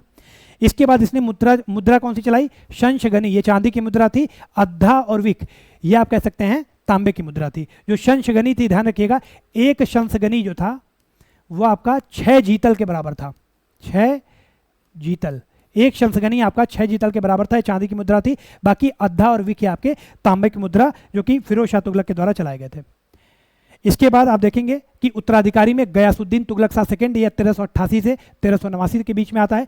अबू बकर आपका 1389 से 90 में आता है। नासिरुद्दीन मोहम्मद शाह ये आपका 90 से 94 में आता है। अलाउद्दीन सिकंदर साहब का 94 में आता है। 1 माह 16 दिन, 1 माह 16 दिन तक ये शासक रहता है। नासिरुद्दीन महमूद ये आपका 94 से 12 में आता है। तुगलक वंश का अगर पूछा जाए अंतिम शासक कौन है तो आपका नासिरुद्दीन महमूद था। ठीक है, नासिरुद्दीन महमूद मोस्ट इंपॉर्टेंट है, तुगलक वंश का अंतिम शासक। तो देख लेते हैं इनमें जो महत्वपूर्ण है। तो सबसे पहले नासिरुद्दीन महमूद की हम बात करेंगे 1394 से 1412 ईस्वी में। ठीक है, अब आप देखेंगे बाकी अन्य जो थे वो इतने महत्वपूर्ण नहीं है, यहीं से प्रश्न बनते हैं। तो इसके 1398 में इसी के टाइम पर तैमूर लंग का आक्रमण हुआ था समरकंद से। समरकंद से तैमूर लंग का आक्रमण 1398 में किसके शासन में हुआ था? नसीरुद्दीन महमूद। मोस्ट इंपॉर्टेंट है, पीवाईक्यू है। और यहां पर नसीरुद्दीन तैमूर लंग की मदद किसने की? तो तैमूर लंग के साथ ही आया था पीर मोहम्मद, इसकी मदद इसने की थी। और भारत में मौजूद था उस वक्त खिज्र खां, खिज्र खां ने तैमूर लंग की मदद की थी 1398 में। तो आप देखेंगे बाद में यही खिज्र खां जब तैमूर लंग वापस जाता है तो आप देखेंगे इसको खिज्र खां को लाहौर, मुल्तान और दीपालपुर ये जागीर सौंप करके ये वापस चला जाता है समरकंद तैमूर लंग। और बाद में इसी आधार पर खिज्र खां के द्वारा सैयद डायनेस्टी की नींव रखी जाती है। सैयद डायनेस्टी का जो संस्थापक है वो आपका कौन है? खिज्र खां है। ठीक है, दिल्ली में तैमूर लंग कुल 15 दिन तक अधिकार इसका रहता है। 15 दिन के बाद जब ये वापस जाता है तो लाहौर, मुल्तान और दीपालपुर है ना, यहाँ की सत्ता किसके हाथ में सौंप किया जाता है? खिज्र खान के हाथ में। आप देखेंगे कि 1394 से 1412 में है ना, ये आपका नसीरुद्दीन महमूद शाह रहता है, जो कि आपका आप कह सकते हैं तुगलक वंश का अंतिम शासक है। ठीक है, इसके बाद जो सैयद वंश की स्थापना होती है वो आपकी 1414 में होती है खिज्र खां के द्वारा। तो 12 से 14 तक दिल्ली का कार्यभार कौन संभालता है शासक के तौर पर? तो वो आपका संभालता है दौलत खान लोधी। ठीक है, जब नसीरुद्दीन महमूद जो है इसकी मृत्यु हो जाती है तो दौलत खान लोधी 1412 में जब इसकी मृत्यु हो जाती है तो दिल्ली पर अधिकार हो जाता है दौलत खान लोधी का। ध्यान रखिएगा ये लोधी वंश का नहीं है, है ना, दौलत खान लोधी का अधिकार होता है 1412 से 1414 तक। और फिर आपका कह सकते हैं कि खिज्र खान जो है इससे सत्ता अपने हाथ में लेता है और 1414 में खिज्र खान के द्वारा सैयद वंश की स्थापना की जाती है। ठीक है, तो आगे बढ़ते हैं। यहां पर आप देखेंगे सैयद वंश की स्थापना हो जाती है 1414 से 1451 तक। संस्थापक इसका खिज्र खां है। इसका शासन रहता है 1414 से 1421 तक। उपाधि का क्या लेता है ये? तो मैंने आपको बताया कि जिस तरह कुतुबुद्दीन ऐबक ने सुल्तान की उपाधि नहीं ली थी, है ना, क्योंकि मोहम्मद गौरी ने उसको सत्ता दी थी, उसी प्रकार जो तैमूर लंग था, इसके पहले आपने देखा अभी कि 1398 में तैमूर लंग आता है और वही खिज्र खां को सत्ता सौंप के आता है। तो इसीलिए तैमूर लंग के भी प्रतिनिधि के तौर पर ये रहता है और इसने रैयते आला की उपाधि ली है। ठीक है, इसने क्या ली है? इसने रैयते आला की उपाधि ली है, सुल्तान की उपाधि नहीं ली है। मोस्ट इंपॉर्टेंट है। और आप देखेंगे कुतुबुद्दीन ऐबक के बाद जब इल्तुतमिश आता है तो वो सुल्तान की उपाधि लेता है। इसी प्रकार इसके बाद खिज्र खां के बाद मुबारक शाह आएगा, ये सुल्तान की उपाधि लेगा। ठीक है, तो ये रैयते आला की उपाधि लेता है। मुबारक शाह फिर आता है 21 से 34 तक, ये सुल्तान की उपाधि लेता है। दिल्ली में मुबारकाबाद नामक नगर की स्थापना इसके द्वारा की जाती है, मुबारक शाह के द्वारा। आप देखेंगे सैयद वंश के इतिहास का एकमात्र स्रोत, मोस्ट इंपॉर्टेंट क्वेश्चन है, मोस्ट इंपॉर्टेंट, सैयद वंश के बारे में एकमात्र स्रोत जो इसके बारे में जानकारी प्रदान करता है वो आप देखेंगे याहिया बिन अहमद सरहिंदी। याहिया बिन अहमद सरहिंदी ने तारीख़े मुबारक शाही लिखी है। याहिया बिन अहमद सरहिंदी की जो तारीख़े मुबारक शाही है, सैयद वंश या सैयद डायनेस्टी के बारे में जानकारी प्राप्त करने का एकमात्र स्रोत है ये। ठीक है, तो तारीख़े मुबारक शाही किसको समर्पित किया? याहिया बिन अहमद सरहिंदी ने मुबारक शाह को समर्पित किया। ठीक है, आगे बढ़ते हैं। इसके बाद आप देखेंगे मोहम्मद शाह आता है 1434 से 1443 में, है ना। इसके शासनकाल में आप देखेंगे कि पंजाब का गवर्नर है बहलोल लोधी। मोहम्मद शाह ने पंजाब के गवर्नर बहलोल लोधी को फरजंद बोला है। फरजंद मतलब होता है पुत्र। सैयद वंश का है मोहम्मद शाह, इसने पंजाब के गवर्नर बहलोल लोधी को फरजंद बोला और खान खाना की उपाधि दी। ठीक है, इसके बाद जो अगला शासक है वो आपका है अलाउद्दीन आलम शाह। अलाउद्दीन आलम शाह 1443 से 1451 ईस्वी तक शासक रहता है और सैयद वंश का अंतिम और सबसे अयोग्य शासक इसको कहा गया है। ठीक है, अयोग्य क्यों कहा गया है? क्योंकि आप देखेंगे कि अलाउद्दीन आलम शाह इसका अपने वजीर के साथ कुछ विवाद हो जाता है और अपने ही वजीर से लड़ करके बदायूं चला जाता है और बदायूं की इक्ता संभालने लगता है और वहीं पर रह रहता है, वापस आता ही नहीं है दिल्ली। तो अब आप देखेंगे कि जो बहलोल लोधी है वो इसके वजीर की हत्या कर देता है और बहलोल लोधी के द्वारा इसको आमंत्रित किया जाता है अलाउद्दीन आलम शाह को कि अब आप आ जाओ और आपके वजीर को मैंने मार दिया, खत्म कर दिया है। तो ये बहलोल लोधी से कहता है कि मैं बदायूं की एकता से ही खुश हूँ और वहाँ की एकता तुम्हें मुबारक हो, तुम ही संभालो, है ना, मैं तुम्हें उसका उत्तराधिकारी बना रहा हूँ। और वैसे भी मेरे पिता मोहम्मद शाह ने तुमको फर्जंद बोला है, पुत्र बोला, इस हिसाब से तुम मेरे भाई हुए, तो वहाँ की शासन तुम संभालो, यहाँ का जो बदायूं का एकता है मैं इसी से खुश हूँ। तो इसीलिए इसको दिल्ली सल्तनत का सबसे अयोग्य शासक बोला गया है। और आप देखेंगे इसी आधार पर इसका फायदा उठाते हुए बहलोल लोधी ने लोधी वंश की स्थापना की 1451 से 1526 तक। इसको पहला अफगान साम्राज्य बोला गया है, ध्यान रखिएगा, पहला अफगान साम्राज्य। अफगान की राजत्व प्रणाली क्या थी, है ना, अफगान का राजत्व सिद्धांत था समानता का, तो बहलोल लोधी ने भी वही समानता का सिद्धांत अपनाया। अभी आगे हम देखेंगे। बहलोल लोधी है 1451 से 1479, सिकंदर लोधी है आपका 1489 से 1517, और इब्राहिम लोधी आता है आपका 1517 से 1526 में। ठीक है, अब इसके बाद बहलोल लोधी की अगर हम बात करें तो सबसे लंबा, व्यक्तिगत रूप से सबसे लंबा शासनकाल किसका है, बहलोल लोधी का है, संस्थापक है लोधी वंश का। इसका जन्म शल्य चिकित्सा से हुआ था। यूपी पीसीएस में पूछा गया प्रश्न है ये कि किस शासक का, एकमात्र शासक का जन्म दिल्ली सल्तनत के शल्य चिकित्सा या ऑपरेशन के थ्रू हुआ था, तो वो आपका बहलोल लोधी था। और आप देखेंगे इसकी माँ का एक एक्सीडेंट होता है, ठीक है, और फिर उनको अस्पताल ले जाया जाता है और फिर शल्य चिकित्सा के द्वारा इसका जन्म होता है। इसके जन्म से पहले इसकी माँ की मृत्यु हो जाती है। बहलोल लोधी के जन्म से पहले ही इसकी माँ की मृत्यु हो जाती है, तो दिल्ली सल्तनत का एकमात्र शासक है ना, जिसके जन्म से पहले ही उसकी माँ का निधन हो गया। पिता का निधन तो हुआ है कई शासकों के, लेकिन माँ का निधन पहला है। ठीक है, तो 2 बार राज्याभिषेक करने वाला फिरोज शाह तुगलक के बाद ये दूसरा शासक है। ठीक है, 2 शासक अब तक हैं जिन्होंने 2 बार राज्याभिषेक किया है। एक हमने फिरोज शाह तुगलक में पढ़ा है और एक आपका बहलोल लोधी है ना। इसके कार्यकाल में जो सबसे महत्वपूर्ण काम था, जौनपुर में शर्की डायनेस्टी थी, है ना, उसको इसने पराजित किया था। मोस्ट इंपॉर्टेंट है, बहलोल लोधी ने बहलोली नामक एक सिक्का चलाया था, चांदी का सिक्का, जो कि आप देखेंगे अकबर के शासनकाल तक प्रचलन में था।